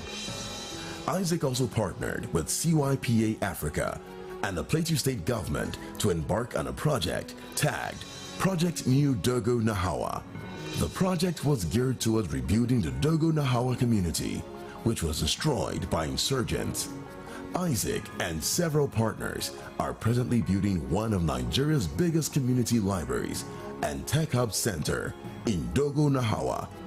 This project, upon completion, will serve as a development center for over 5,000 youths within the Dogo Nahawa community. While undertaking this major project, Isaac also oversaw the renovation of the government secondary school, Hay Rayfield, that had been dilapidated for over 24 years. He painted all the classrooms in the school, This project has impacted over 5,400 students and the entire community. To assist the government's efforts in battling health challenges, Isaac teamed up with Alex Layden Foundation and the Wiggins Walking in the Mission Foundation. Together, they embarked on medical outreaches to 6 communities in Plateau State. During these outreaches, Isaac and his partners distributed 3,112 pairs of free prescribed lenses to persons with eye conditions and sponsored 10 eye surgeries. They also provided free medical services to people with health challenges. Despite the recent Boko Haram crisis, rated as the worst socio-political conflict Nigeria has ever witnessed, Isaac courageously embarked on project with his NGO called Domina Minds Concept to ameliorate the pain and anguish caused by these gruesome insurgents in lives and communities. Isaac has organized 20 conferences and 11 seminars that directly impacted over 10,000 young people in Plateau State and its environs. Isaac's zeal for politics and leadership development triggered him to organize a youth summit. Through the summit, Isaac reached out to over 200 youths on the Plateau, educating them on their roles and involvement in national and local politics. Also, in the aftermath of the EndSARS protest in Nigeria, Isaac mobilized his team to renovate a police station in his community. Isaac did this to assure the men in blue and black of the support of the youths in the state. Isaac's massive impact and achievement have earned him numerous notable commendations from the government of Plateau State and so many other individuals, communities, and non-governmental organizations. Marvel Ntembu from South Africa. Marvel Ntembu is a 23-year-old South African with a vision and zeal for the advancement of Africa and young people in particular. He raised an international work team in over 48 countries who are proficient in training young leaders for the betterment of their societies and world. This team, consisting of 138 representatives from different nations, organized sports projects, art events, educational projects, charitable outreaches, technology projects, and sustainable projects in their nations. Through his educational initiatives, he has hosted several projects such as leadership mentorship and success motivation programs, where he mentors high school students to be leaders in their schools and communities. He launched an online tutoring school called Eduthon, where they teach students through social media and online TV app, working with several tutors and teachers to deliver these classes. He partnered with a technology company in Nigeria to produce and deploy a virtual education app designed by Africans for Africans called the Cloud Note app, which allows teachers to teach online in real time. 52 schools in Africa are registered on the app and use it to augment physical classes as needed. Marvel's team hosted a revolutionary conference tagged The Next Conference with dignitaries from the United States, South Africa, Ghana, and Nigeria in attendance. This was to launch the first phase of the Cloud Note app, which was sponsored for free release to all African schools. In response to frequent episodes of bullying in South African schools, which has been linked to poor mental health among students, Marvel partnered with the South African Police Services to anchor a project called the Anti-Bullying Project, ABP, providing counseling for victims of bullying, thus helping them to avoid depression and fear while providing a protection order as well as counseling for the bullies themselves. Through the sporting arm of his organization, he keeps young people off the streets by hosting sports tournaments, Champions Leagues, and sports camps, helping to develop and refine talent while providing leadership training for coaches under his sports association. His organization has also taken part in projects for cleaning the environment and marines, and equipped farmers with tools to help them fight food insecurity. He reached out to several orphanages in Africa, distributing food parcels, sanitary and clothing items, and other amenities. along with Christian materials to help reculture their mindsets. Along with his team, he organized a street food drive in several African countries, feeding over 1,200 homeless people. He also founded a health initiative that helps young people in South Africa access free and safe circumcision and blood donation drives that have saved many lives across the country. For commitment to social change, Marvel has won awards and gained recognition from various organizations as a trailblazer and national influencer. Indeed, Marvel Ntembu is a future African leader as he continues to shine his light, giving hope to many who seem to have been forgotten. Rashidatu Diallo from Equatorial Guinea. 22-year-old Rashidatu Diallo from Guinea is a humanitarian activist and promoter of peaceful coexistence and is always looking for innovative solutions for her community. She mobilized 20 young people to participate in the national debate competition during the International Festival of Peace in the administrative region of Nzerekore, which helped them to obtain a peace center, a mini library, and an income-generating activity for the young people of Matoto. She participated in the Funike Social Entrepreneurs for Peace in Guinea competition through her 7 Langley project that was carried out in partnership with 2 Guinea civil society organizations.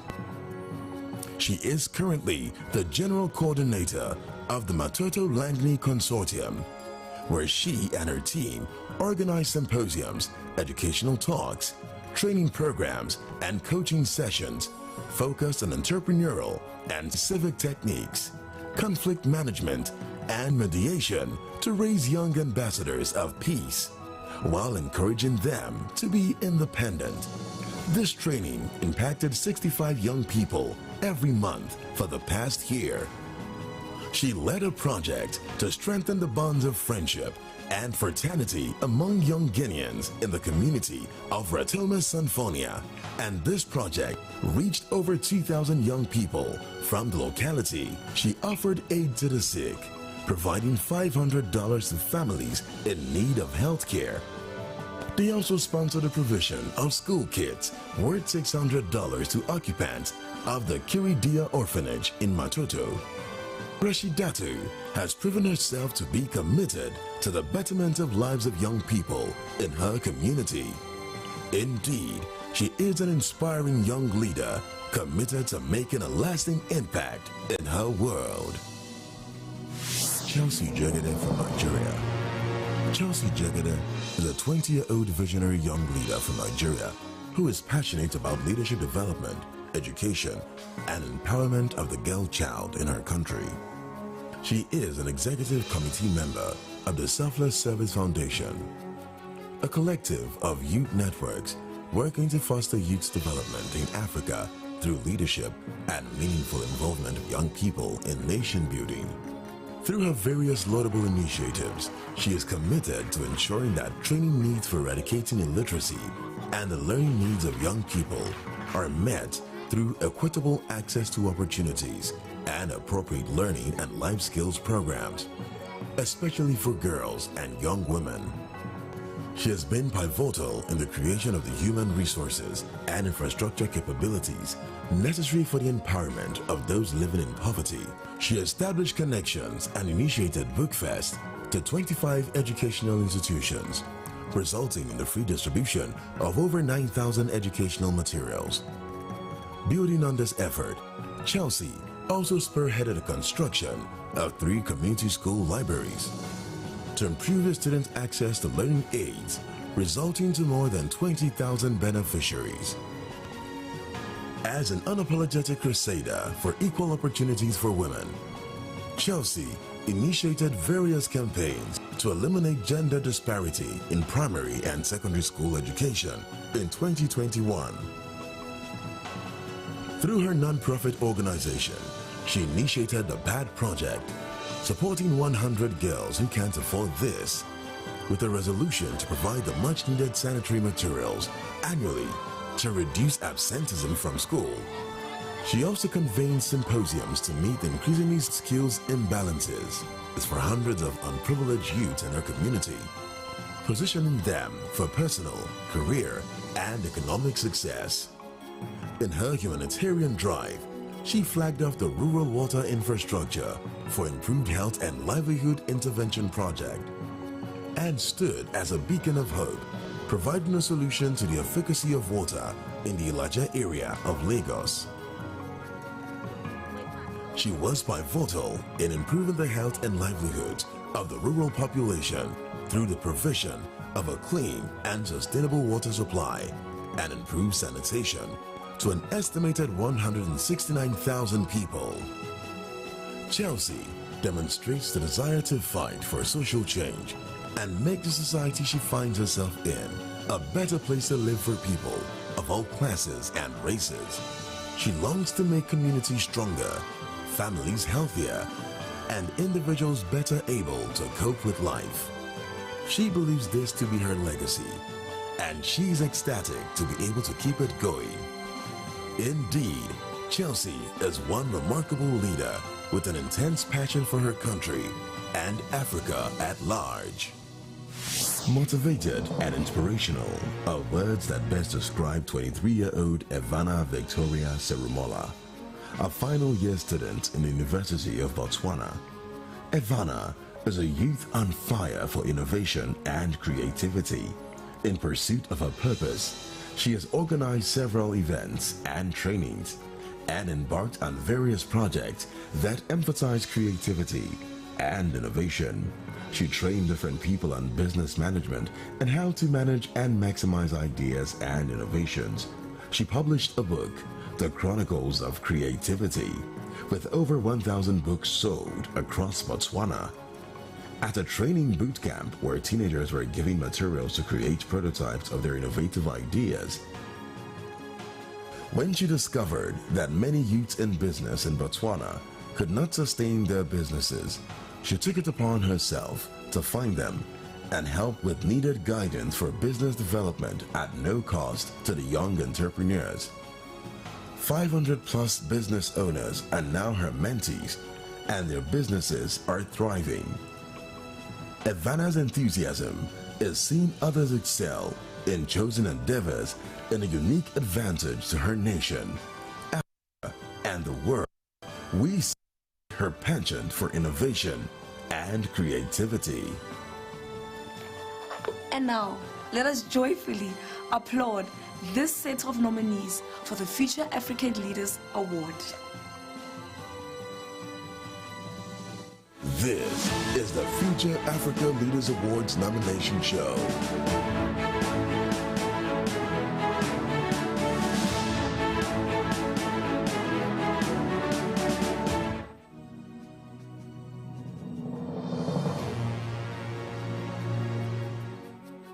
Everybody, my name is Maimiko Banda, and I am the youngest recipient of the 2020 Future Africa Leaders Awards, and I am from Malawi.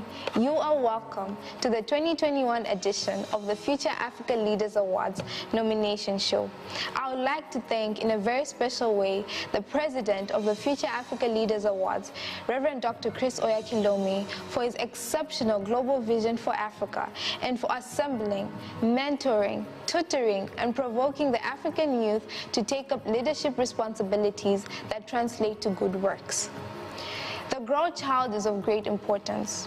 The rights of the Grow Child recognizes that state parties should respect and ensure the rights of each Grow Child within their jurisdiction without discrimination of any kind, irrespective of the child's color, language, religion, property, disability, birth, or status. However, in many countries, available indicators show that the Grow Child is discriminated against from the early stages of her life throughout her childhood into her adulthood.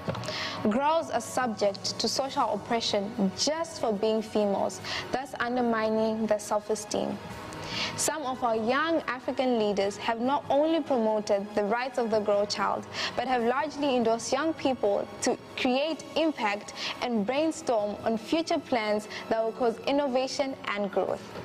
The Future African Leaders Awards, and the Future Africa Leaders Foundation, in this regard, has raised several advocates for the girl child. One among these being the 2013 Fala Star Prize winner, Sharon Ajide, who has dauntlessly supported young people, especially the girl child, in achieving tremendous results while impacting and inspiring over 53,000 young girls in 175 schools through her annual Keeping It Real Girl Child program in Nigeria for the past 7 years. Through the years, she has organized leadership and mentorship programs for young girls in several communities and schools, menstrual hygiene management classes, which has helped girls know how to effectively stay hygienic throughout their period. She has also distributed over 10,000 sanitary pads to girls in schools and communities, and has coordinated free after-school tutorial classes for 7,320 girls in the past 7 years. And so tonight, the Future Africa Leaders Foundation has carefully identified nominees who have demonstrated exemplary leadership traits and have invested in the well-being of the girl child and have caused significant changes. I therefore present you the next set of nominees. Anik Badu from Burkina Faso. Kadiatu Jallo from Sierra Leone.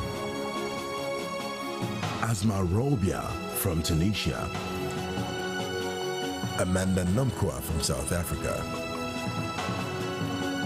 Bridget Kalilombe from Zambia. Anik Badu from Burkina Faso is a 22-year-old activist and social entrepreneur.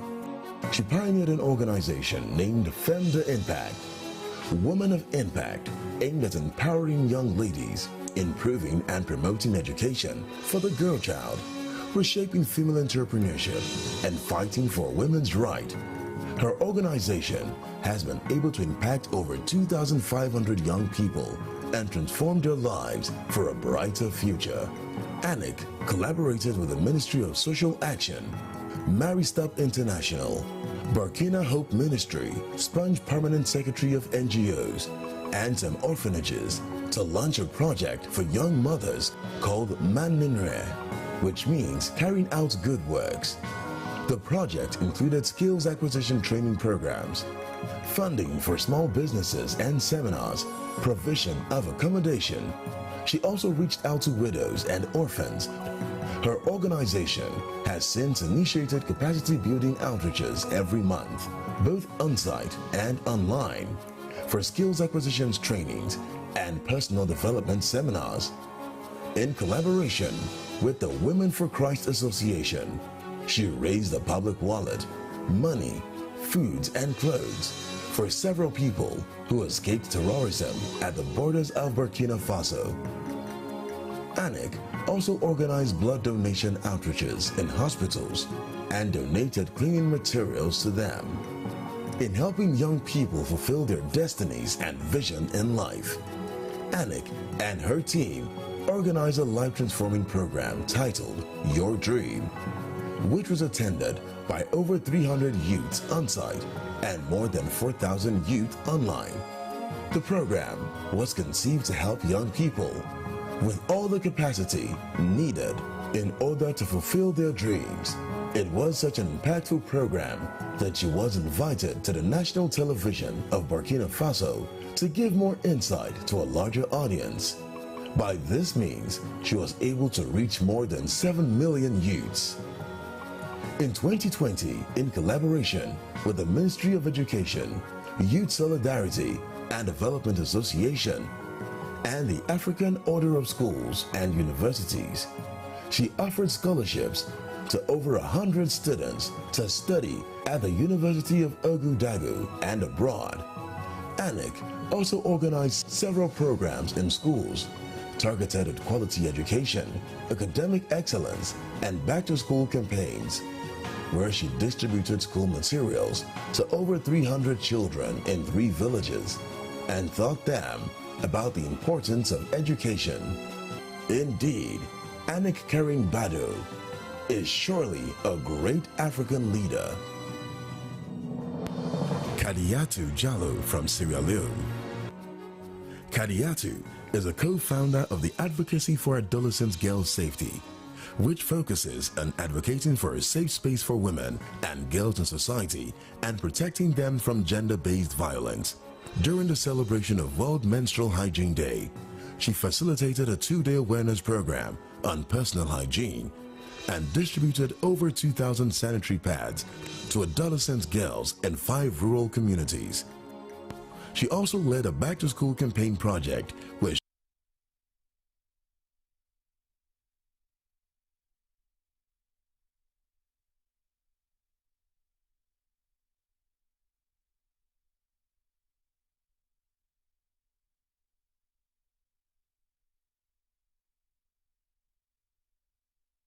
stations across Kenama City and reached over 15,000 listeners across the eastern region of Sierra Leone. She also co-founded Leaders of Tomorrow, an organization that aims to build the next generation of leaders in Sierra Leone through education and skills development. The organization was able to support 10 out-of-school teenage mothers and also help them to return to school. Kadiatu is a mentor at the Leaders of Tomorrow organization's Leadership Syndicate project and is in charge of 7 schools with over 100 students enrolled in the program. She also introduced a Career Pathways program for school pupils, and the organization has hosted 3 seminars and debates on career development on the topic, The Parent and the Child. Who is responsible to make a career choice for the child? The event engaged over 2,000 pupils, teachers, and parents. Still on the Leaders of Tomorrow platform, Kadiatu has collaborated with Yali alumni in Sierra Leone to host a seminar on the effect of misinformation to community development. And this event engaged 500 students of the Eastern Technical University, Sierra Leone. Due to her passion for serving humanity, she collaborated with the Kenama District Youth Ambassadors and the Ministry of Youth Affairs to host a regional youth summit for the International Youth Day, with 1,000 youths from the 16 political districts of Sierra Leone and other parts of Africa. Her relentless effort is great and has influenced the youth and people of Kenama District in Sierra Leone, as she has been earmarked as the next generation of change makers. So Asma Robia from Tunisia. Asma Robia is a change agent and innovator who is passionate about empowering vulnerable communities. With 2 years of multidisciplinary experience in the development sector to business management and running non-profit organizations at national and international levels, she is becoming quite adept at championing the change we all desire. In her own words, little girls with dreams become women with a great vision. This motto is inspired by life's experiences, having been raised in one of the most underserved communities in Tunisia. Asma had the opportunity to participate in the Middle East Partnership Initiative, MEPI Student Leaders Program in the United States, where she benefited from a 6-week intensive leadership training at Georgetown University in Washington, D.C. and California State University. She volunteered and connected with American organizations, and upon returning to her home country, Asma implemented a community engagement plan focused on knowledge sharing and youth capacity building. She was awarded first place at the Middle East Partnership Initiative MEPI Alumni of the Year Award for leading the design and implementation of capacity building programs for policymakers and public sector reform, primarily in Africa. She founded Proactive Youth and Atrason, 2 startups that foster creativity and leadership for hundreds of young people in Tunisia. The trainings and speeches that she delivered impacted over 350 beneficiaries, which in turn inspired them to be proactive change agents in their communities. She collaborated with various youth international training institutes and contributed to a project focused on sustainable development and good governance in Africa as a former regional focal point with a major group for children and youth, and a coordinator of Youth Sustainable Energy Hub, a first-of-its-kind global platform for youth action towards national development. ASMA collaborated with the EL Space Social Innovation Hub as a volunteer project manager to train hundreds of children in underserved areas to design solutions for their communities and develop junior social innovation initiative and other ventures, thus impacting over 1,000 youths.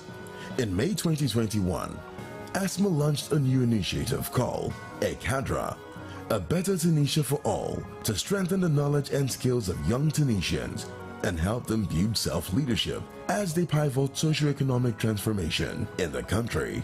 As a result of her innovative and humanitarian efforts in bettering the lives of at-risk youth, she was recognized as a Tunisian laureate for the Women in Africa Initiative, the world's leading international platform for the economic development and the support of African women entrepreneurs. ASMA is an undeterred change maker, a voice for positive advancement, and pilot for transformative leadership, who seeks to empower young leaders to enhance their skills and create opportunities that will lead to a better Africa. Amanda Nomkwa from South Africa. Amanda Nomkwa from South Africa is an agent of change and a youth leader who is zealous about youth empowerment, entrepreneurship, education, and community development. She has created business opportunities for young people and plays a significant role in youth policy making to tackle socioeconomic issues in her country and Africa.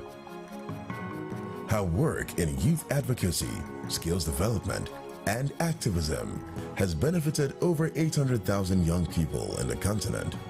She is an influential leader on the front line of fighting against gender inequality and gender-based violence, GBV. She actively provides support for victims and works to prevent femicide by providing safe shelter and supporting victims' well-being. She runs national and international GBV action campaigns as well. Amanda's Digital Skills Development Initiative has impacted proficient skills to improve employment and encourage business startups.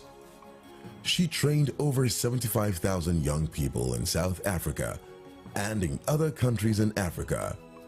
51,000 young people have completed online and offline courses and have started digital businesses in e-commerce, online translations, online stores, internet hubs, and many more.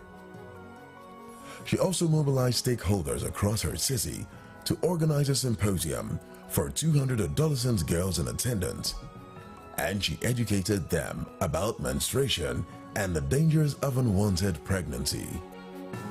She is the founder of She is Brave Women Empowerment and Advocacy Organization, which fights issues concerning young women. 89,000 young girls have benefited from its programs. Amanda continues to add value by being the change she wants to see. We applaud her selfless services and commitment to nation building. Bridget Kalilombe from Zambia. Bridget Kalilombe is a 24-year-old youth leader whose vision is centered on improving the lives of many vulnerable young children and elderly people in communities across Zambia. She founded an NGO called Girls Future that carries the vision of fighting and eliminating early marriages and teen pregnancy in rural areas of Zambia, where most of these cases are highly recorded. This led her to start airing a program on the local radio station tagged Girls Voice, reaching over 30,000 young people with the aim of creating awareness about the importance of education, more especially for a girl child. In order to amplify the voice of this program, Bridget features NGOs, which includes Vision Zambia, who donated sanitary towels to 20,000 girls in communities and secondary schools. Bridget organized orphanage support, where she donated foodstuffs to Heavenly Orphanage in Maheba refugee camp, to children who had lost their parents while escaping war from various countries such as the Republic of Congo, Burundi, and Angola. The camp has a population of about 46,000 people. She also reached out to 4 orphanages, reaching over 600 children. She launched a book club in the inner cities of Kimakowe and Kandemba communities, tagged Mind Broadening Book Club, with the aim of promoting quality education for children by teaching them how to read and write. Over 200 children attended lessons every Saturday and received meals and learning materials. She adopted Moyoya Community School, which has 2,941 students in Northwestern Province. She renovated classrooms for easy quality access to education for young people in the community. She also adopted Ruilua Nzambi Orphanage with 105 children, where she raised funds and got help to start constructing a house to accommodate the orphans. Indeed, Bridget is an exceptional youth leader. Let us applaud this set of nominees for the Future Africa Leaders Awards. Thank you.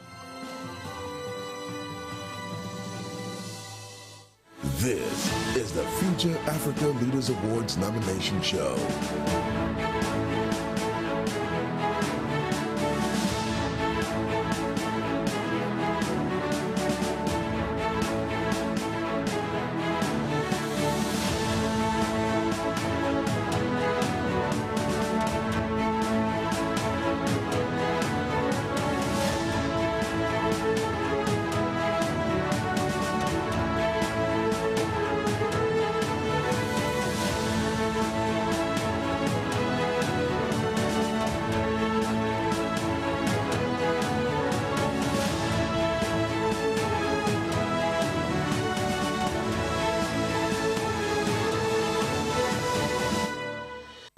This is the Future Africa Leaders Awards nomination show.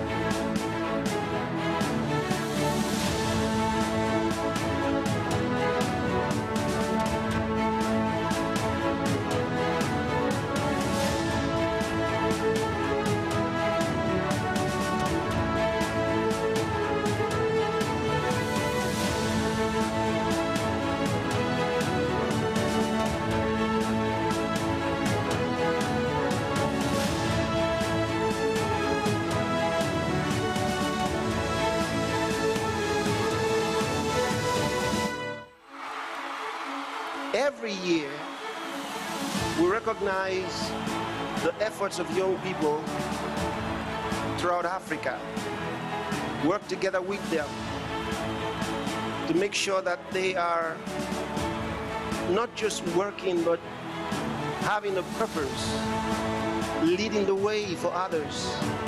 We're letting them know, recognize their work, and we're committed to helping them further that cause.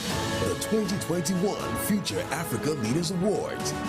It's a unique event designed to appreciate the impact of the great and notable projects by young people all over Africa. It is an opportunity for young leaders who are solving problems across Africa to be nominated for the 2021 Future Africa Leaders Awards. I once again want to say to Pastor Chris that those young people, what they stood for, what they said, how they acted, how they responded is a clear indication of what they have been able to achieve through your support. For more information, visit www.futureafricaleadersfoundation.org or call the numbers now displayed on your screen. The Future Africa Leaders Foundation, impacting Africa. This is the Future Africa Leaders Awards nomination show.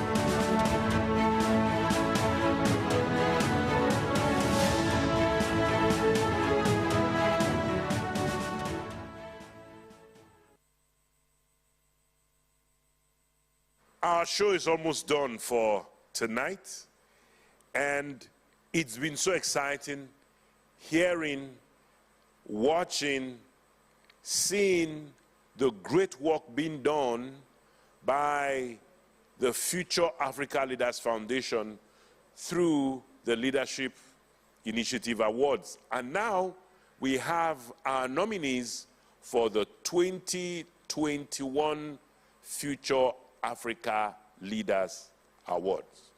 It's coming up on the 31st of December,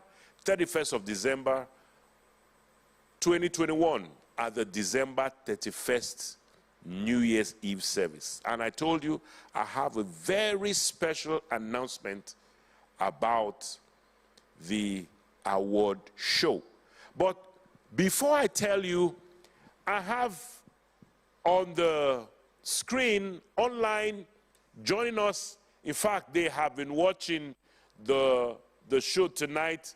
Two former Star Prize winners of the Future Africa Leaders Awards. I have Rose Sakala from Malawi, and I have Naomi Ekpoki from Nigeria. So first of all, let me talk to Rose. Rose, how are you? Hello, Pastor Titi. I miss you so much. I'm fine. How are you? I really, really miss you too. And it's great to have you on. You've been watching the awards, the nominations tonight. Yes, Pastor.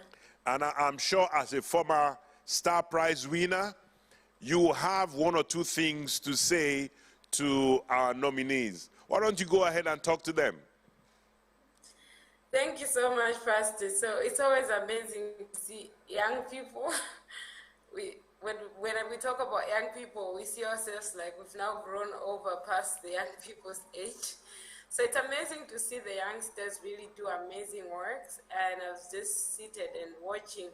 I was patiently waiting for your words to say, if you are to rewind back the clock, what were you doing when you were 15, 16, 21, you know?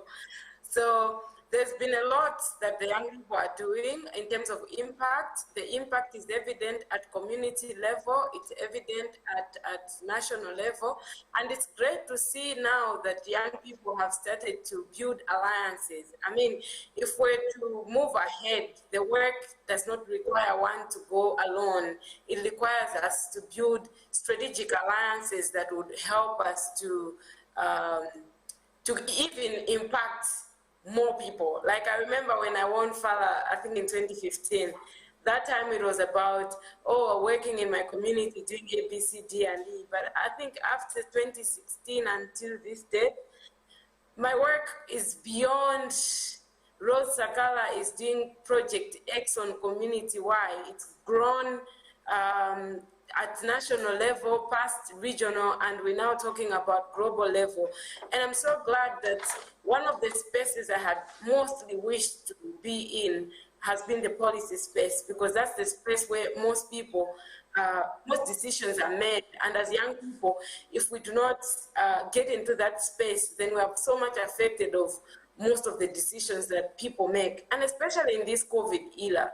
So I'm so privileged that God has given me that opportunity to be able to sit among his policymakers and to be able to make some decisions that, especially in the health sector, that are in line with the gospel of our man of God. I was just reviewing an article, I'll speak it right now, on Wednesday. Malawi, they want to, they're saying they want to test the impact of Omicron virus on the HIV and AIDS patients. And I was challenging that to say that's not possible because, one, we've not tested the efficacy of the vaccines on the general population. And you cannot start to test of a new variant, which we do not know if it's even here. Secondly, they want to test the vaccine, what's the name of that vaccine? In Malawi, we've been using AstraZeneca and JJ, but they want to test Moderna. Yeah, they want to test the effectiveness of Moderna on HIV and AIDS patients in Malawi. And I was challenging that's not possible, despite the Ministry of Health saying they've not been contacted, but if contacted, they're going to give, they're going to buy in. It just doesn't make sense. We don't have Moderna in the country, and we cannot start to test on the people that are vulnerable. These are key populations. We have to test on the efficacy of the vaccines, the ones we've been using, on the normal population. So if we would have young people like myself who have been empowered by the message of our man of God, and in the policy space to challenge some of these things that are currently going on, I'm sure we'll be able to make a greater impact. And this is the platform that we're looking at to say the work starts at community, then comes national, but then it has to go beyond. So even to my fellow winners that have won Fala before, I think let's even raise the dike further to look at, to be part of the decisions that are being made in our country, in the region, and in the globe at large. So let's look beyond the outreaches that we've been doing, but rather now let's move the work towards strategic alliances and having our voice empowered to represent our man of God in the various meetings we find ourselves in. Wow. Thank you, Pastor. Oh, talking to you all the time, Rose, is always so inspiring. And to hear you've moved into the political space, you know, it's exciting. Having a voice to speak about national issues in your country. And thank you for speaking up concerning the deceit and the pandemic that they are trying to do on HIV/AIDS patients with the fake vaccines. Moderna. Yes. Yeah. Thank you so much. And don't keep quiet. Keep talking. Thank you. Thank you, Pastor Titi. I love you so much. I love you too. Thank you. Thank you. And we also have Naomi Ekpoki, a former winner of Star Prize winner of the Fala. Now, Rose just informed us she won in 2015. Naomi, how are you? It's good to see you. Good evening, sir. So good to see you. And I'm sure so you've excited to see you again. Every year, it's always something new and beautiful. Honestly, absolutely. And you've been watching tonight's nomination show, I'm sure. Yes, sir. And it's been so inspiring. Very inspiring.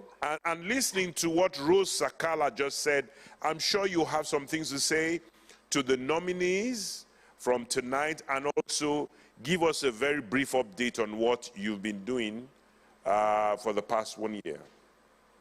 Yes, sir. Thank you so much, sir, once again for the opportunity. And I'm ever grateful to the founder and president of the Future Africa Leaders Foundation, Reverend Dr. Chris Oyakhilome, and the esteemed CEO and director of the Future Africa Leaders Foundation, Reverend Dr. Diola Phillips. I'm so grateful because I am a product of mentorship, and I have seen how far all I have learned under the Future Africa Leaders Foundation has taken me. Watching this show this evening, it's been so inspiring. We've seen young people doing amazing things in their communities. But then I would also want to add that one thing Pastor always made clear to us is that we are global citizens. The world is ours. I remember when I was a little girl at about 11 years old, I read the book Recreating Your World, and Pastor taught us how God himself caused changes through the power of words and just actions. So I want to tell you that that seed has been planted in us, and we have ambassadors doing amazing things even on the international platform.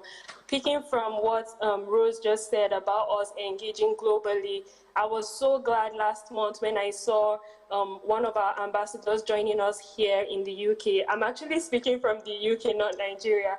But then one of our ambassadors joined us here in the UK for the COP26 Climate Change Summit in Glasgow. And she was right there on the decision-making table with the president of Malawi, with Nicola Sturgeon of Scotland, and all of these global leaders, and advocating for climate change solutions in Africa. That is one of the ambassadors of the Future Africa Leaders Foundation from Malawi, Brenda Mwali, if I pronounce the name properly.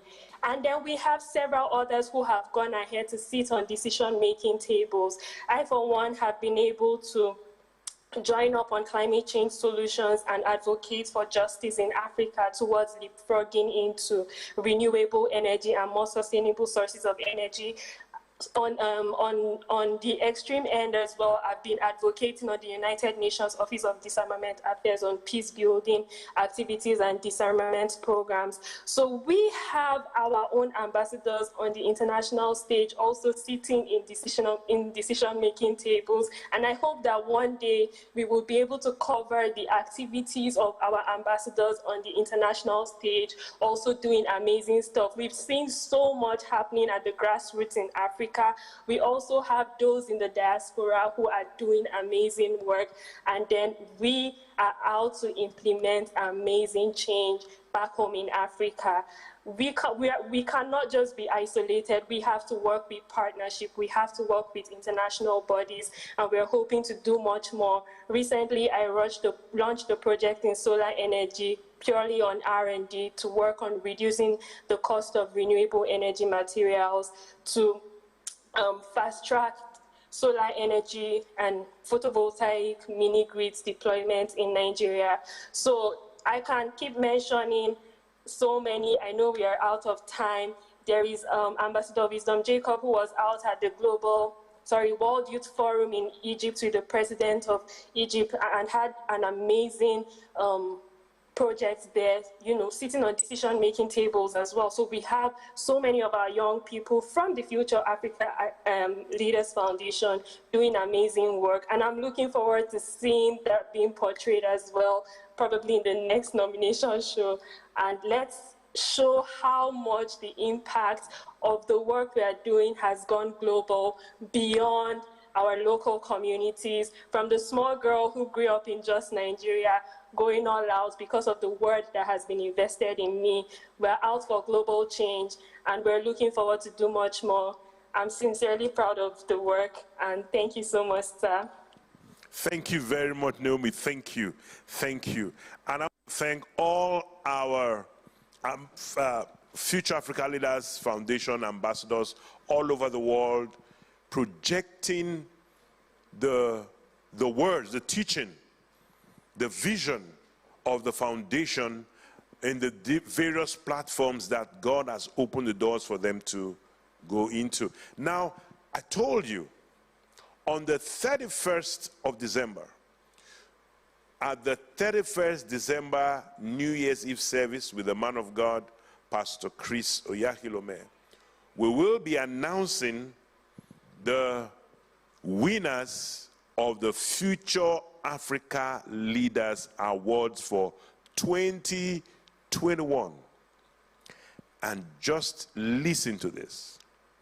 The chairman, the distinguished chairman for the award show that night, December 31st, is no other person than the esteemed former president of the Federal Republic of Nigeria, Chief Olusegun Obasanjo, GCFR.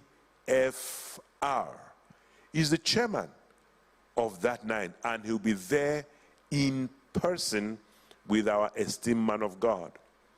Not only President Obasanjo will be there, but we have a special guest of honor.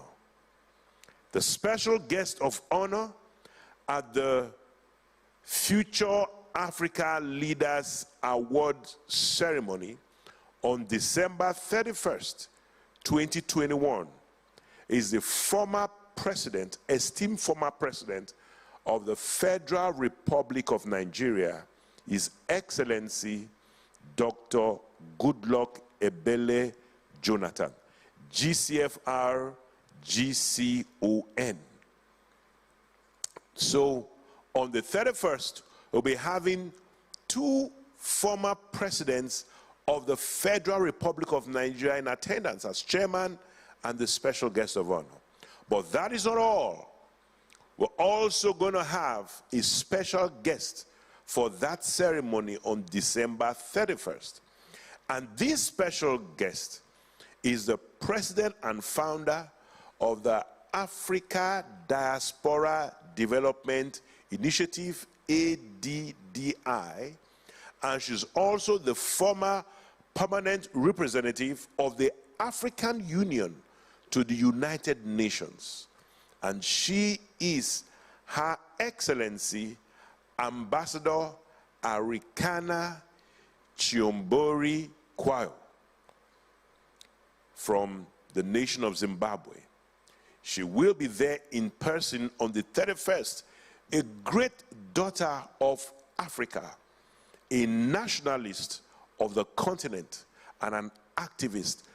These three personalities will be there in person on the 31st of December at the 31st December New Year's Eve service with our man of God, Reverend Dr. Chris Oyakhilome, DSCDD, and they will be presenting the trophies to the winners of the 2021 Future Africa Leaders Awards. You can't afford to miss this ceremony. It is going to be broadcast live, and you tune in for that August occasion in December. Well, that has been our show for tonight. The nomination show for the 2021 Future Africa Leaders Awards. First of all, I want to thank my man of God. I want to thank my pastor, my prophet, my mentor, the most highly esteemed president of Love World, Reverend Chris Oyakhilome, DSC, DD. Pastor, thank you so much, sir, for loving Africa. Thank you for loving the young people of Africa. And very especially for giving us a vision that is propelling us to make Africa to fulfill the purpose for which God created this great land. And Pastor, thank you, sir, for the opportunity that I have been given to host tonight's nomination show. I also want to recognize and to thank the indefatigable director of the Future Africa Leaders Foundation and the CEO of Love World, Dr. Deola Phillips. Thank you for your great work. Thank you for your effort. Thank you for your leadership. Thank you for the mentoring of these young people. And thank you for putting this nomination show together. I want to recognize all the great staff of the foundation that have worked behind the scenes. Now, you can sponsor Future Africa Leaders Foundation projects. You can see the phone numbers. The phone numbers are there on the screen. The website is also there on the screen. Sponsor the projects, work with the foundation, and let's make Africa to be the Africa that is not just potentials, but actualities, impacting this world, changing this world, and giving a great space for our young people to grow up in and to become the leaders that God has made them to be. Now, going out tonight, from tonight's show, we have the wonderful singer and musician, Sam Jams. And I say to you, I'll see you on the 31st of December, just a bit away. God bless you. Good night.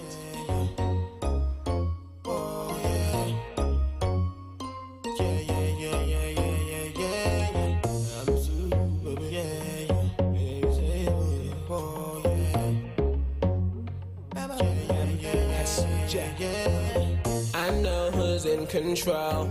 I know who runs the show. I know who's in control. I know who runs the show. I know who's in control. I know who runs the show. I know who's in control. I know who runs the show. We run the show. Tell everybody who doesn't know. We won't stay low. Get drunk in the spirit. That's how we roll. When we step in the scene, man, we must hit the door, mountains move, man.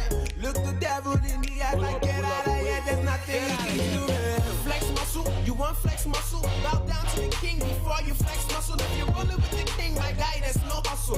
Repping this team, I'm on just now. It's like a movie, yeah. See how we turn to mysteries and they disappear. We've been doing these things for years, like nobody cares. We need that for chest. I know who's in control. I know who runs the show. I know who's in control.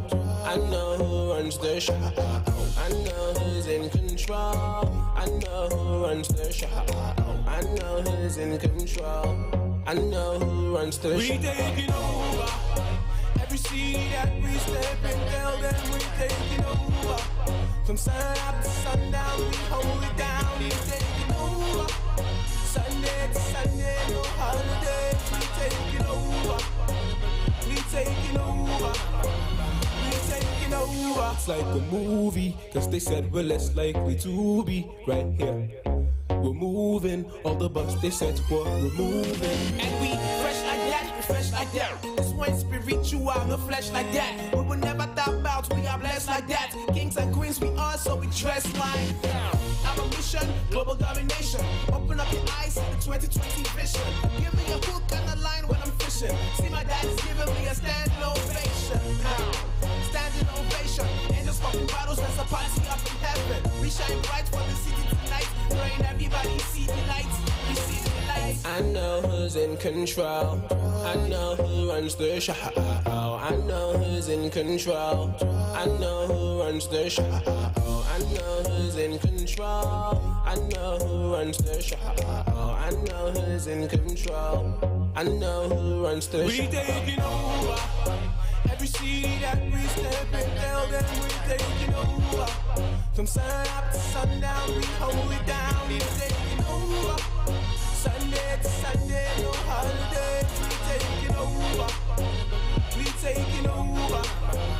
We taking over. Taking over, taking over. You know that word be easy, taking over. Ooh, taking over, taking over. You know that word be easy, taking over. Taking over, taking over. You know that word be easy, taking over. Ooh, taking over, taking over. You know that word be easy, taking over. Taking over. Every city that we step in, tell them we taking over. From sun up to sundown, we hold it down.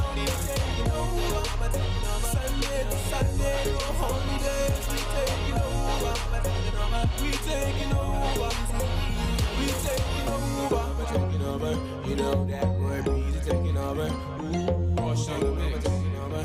You know that word breeze is taking over.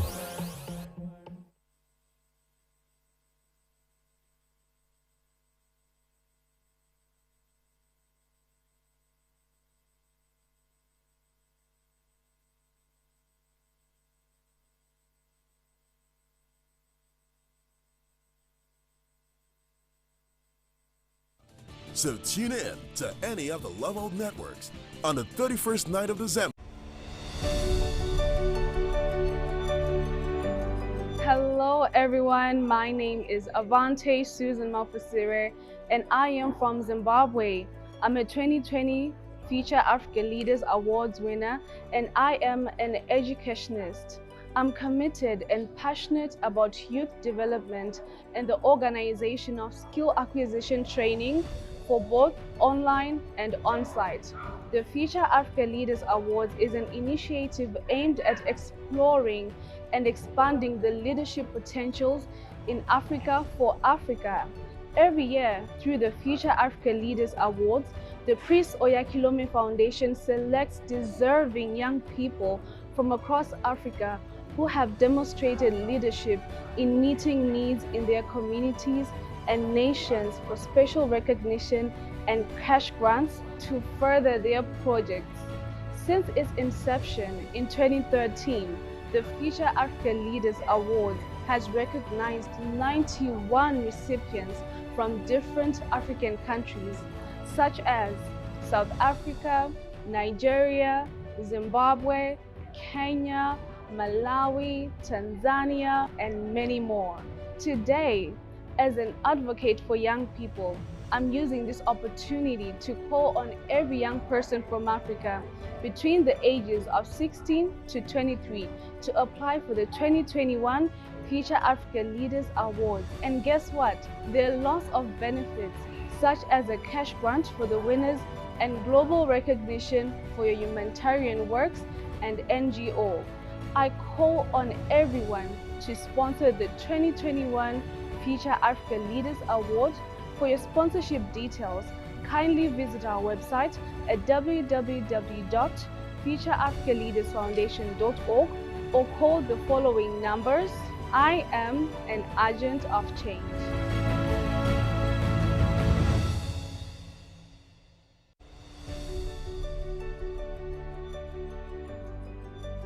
Hello everyone, my name is Victor Mba from Nigeria. I am a 2020 Fala winner.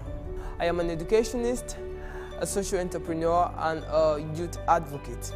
I am committed to seeing that more and more children in local communities get access to quality education by providing them with textbooks and also construction of libraries to ensure that they improve on their reading culture. I'm also passionate about youth development, teaching young people 21st century skills that enable them gain competitive advantage in the global market, thereby making them financially independent. The Future Africa Leaders Award is an initiative aimed at exploring and expanding the leadership potential of Africa for Africa. Every year, through the Future Africa Leaders Award, the Chris Oyakhilome Foundation International selects deserving young people from Africa who demonstrate exemplary leadership in meeting the challenging needs of their various communities and nations for a global recognition and a cash grant to help further their humanitarian works. Since its inception in 2013, FALA has recognized 91 recipients from different African countries, including South Africa, Nigeria, Egypt, Tanzania, Malawi, South Sudan, Kenya, Zimbabwe, Ghana, Cameroon, and many more. As an advocate for young people, I call on every young person in Africa between the ages of 16 to 23 to apply for FALA 2021. I also call on sponsors to sponsor the FALA Awards for 2021. For sponsorship details, you can visit our website on www.futureafricaleadersfoundation.org, or you can call the following numbers. I still remain Victor Umba, and I am a change agent.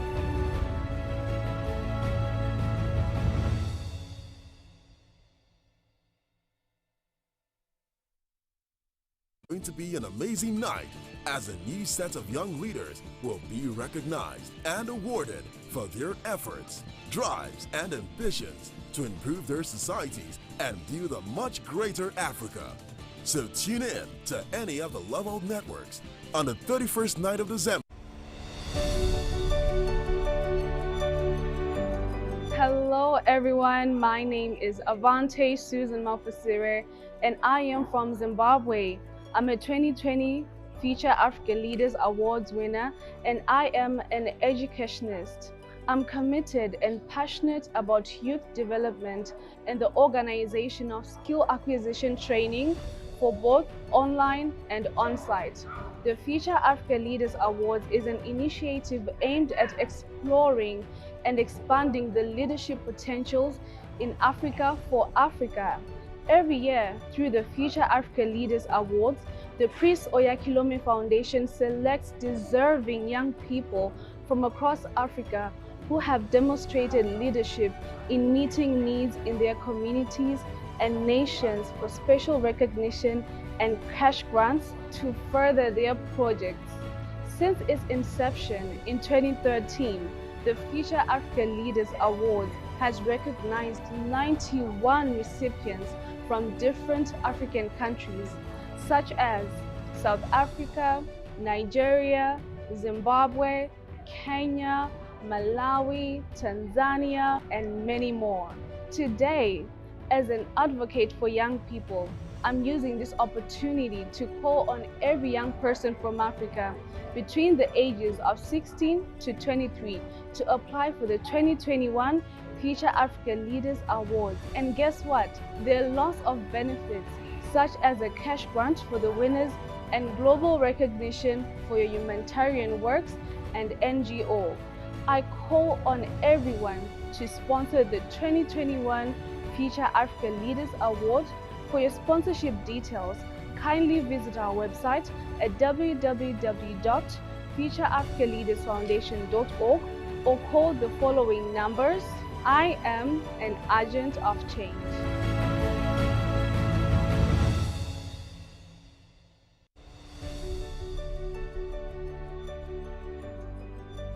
Hello everyone, my name is Victor Mba from Nigeria. I am a 2020 Fala winner. I am an educationist, a social entrepreneur, and a youth advocate. I am committed to seeing that more and more children in local communities get access to quality education by providing them with textbooks and also construction of libraries to ensure that they improve on their reading culture. I'm also passionate about youth development, teaching young people 21st century skills that enable them gain competitive advantage in the global market, thereby making them financially independent. The Future Africa Leaders Award is an initiative aimed at exploring and expanding the leadership potentials of Africa for Africa. Every year, through the Future Africa Leaders Award, the Chris Oyakhilome Foundation International selects deserving young people from Africa who demonstrate exemplary leadership in meeting the challenging needs of their various communities and nations for a global recognition and a cash grant to help further their humanitarian works. Since its inception in 2013, FALA has recognized 91 recipients from different African countries, including South Africa, Nigeria, Egypt, Tanzania, Malawi, South Sudan, Kenya, Zimbabwe, Ghana, Cameroon, and many more. As an advocate for young people, I call on every young person in Africa between the ages of 16 to 23 to apply for FALA 2021. I also call on sponsors to sponsor the FALA Awards for 2021. For sponsorship details, you can visit our website on www.futureafricaleadersfoundation.org, or you can call the following numbers. I still remain Victor Mba, and I am a change agent.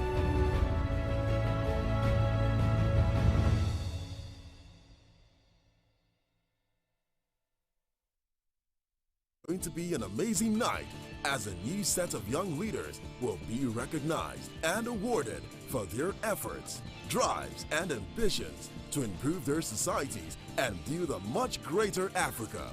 So tune in to any of the Level networks on the 31st night of December.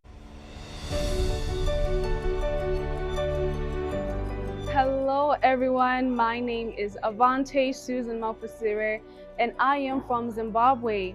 I'm a 2020 Future Africa Leaders Awards winner and I am an educationist.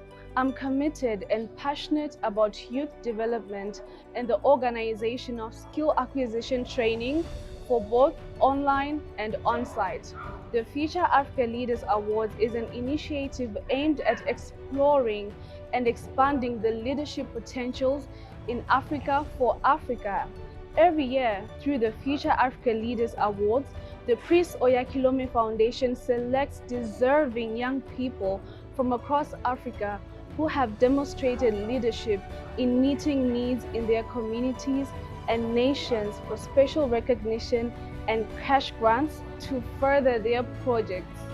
Since its inception in 2013, the Future Africa Leaders Awards has recognized 91 recipients from different African countries, such as South Africa, Nigeria, Zimbabwe, Kenya, Malawi, Tanzania, and many more. Today, as an advocate for young people, I'm using this opportunity to call on every young person from Africa between the ages of 16 to 23 to apply for the 2021 Future Africa Leaders Awards. And guess what? There are lots of benefits, such as a cash grant for the winners and global recognition for your humanitarian works and NGO. I call on everyone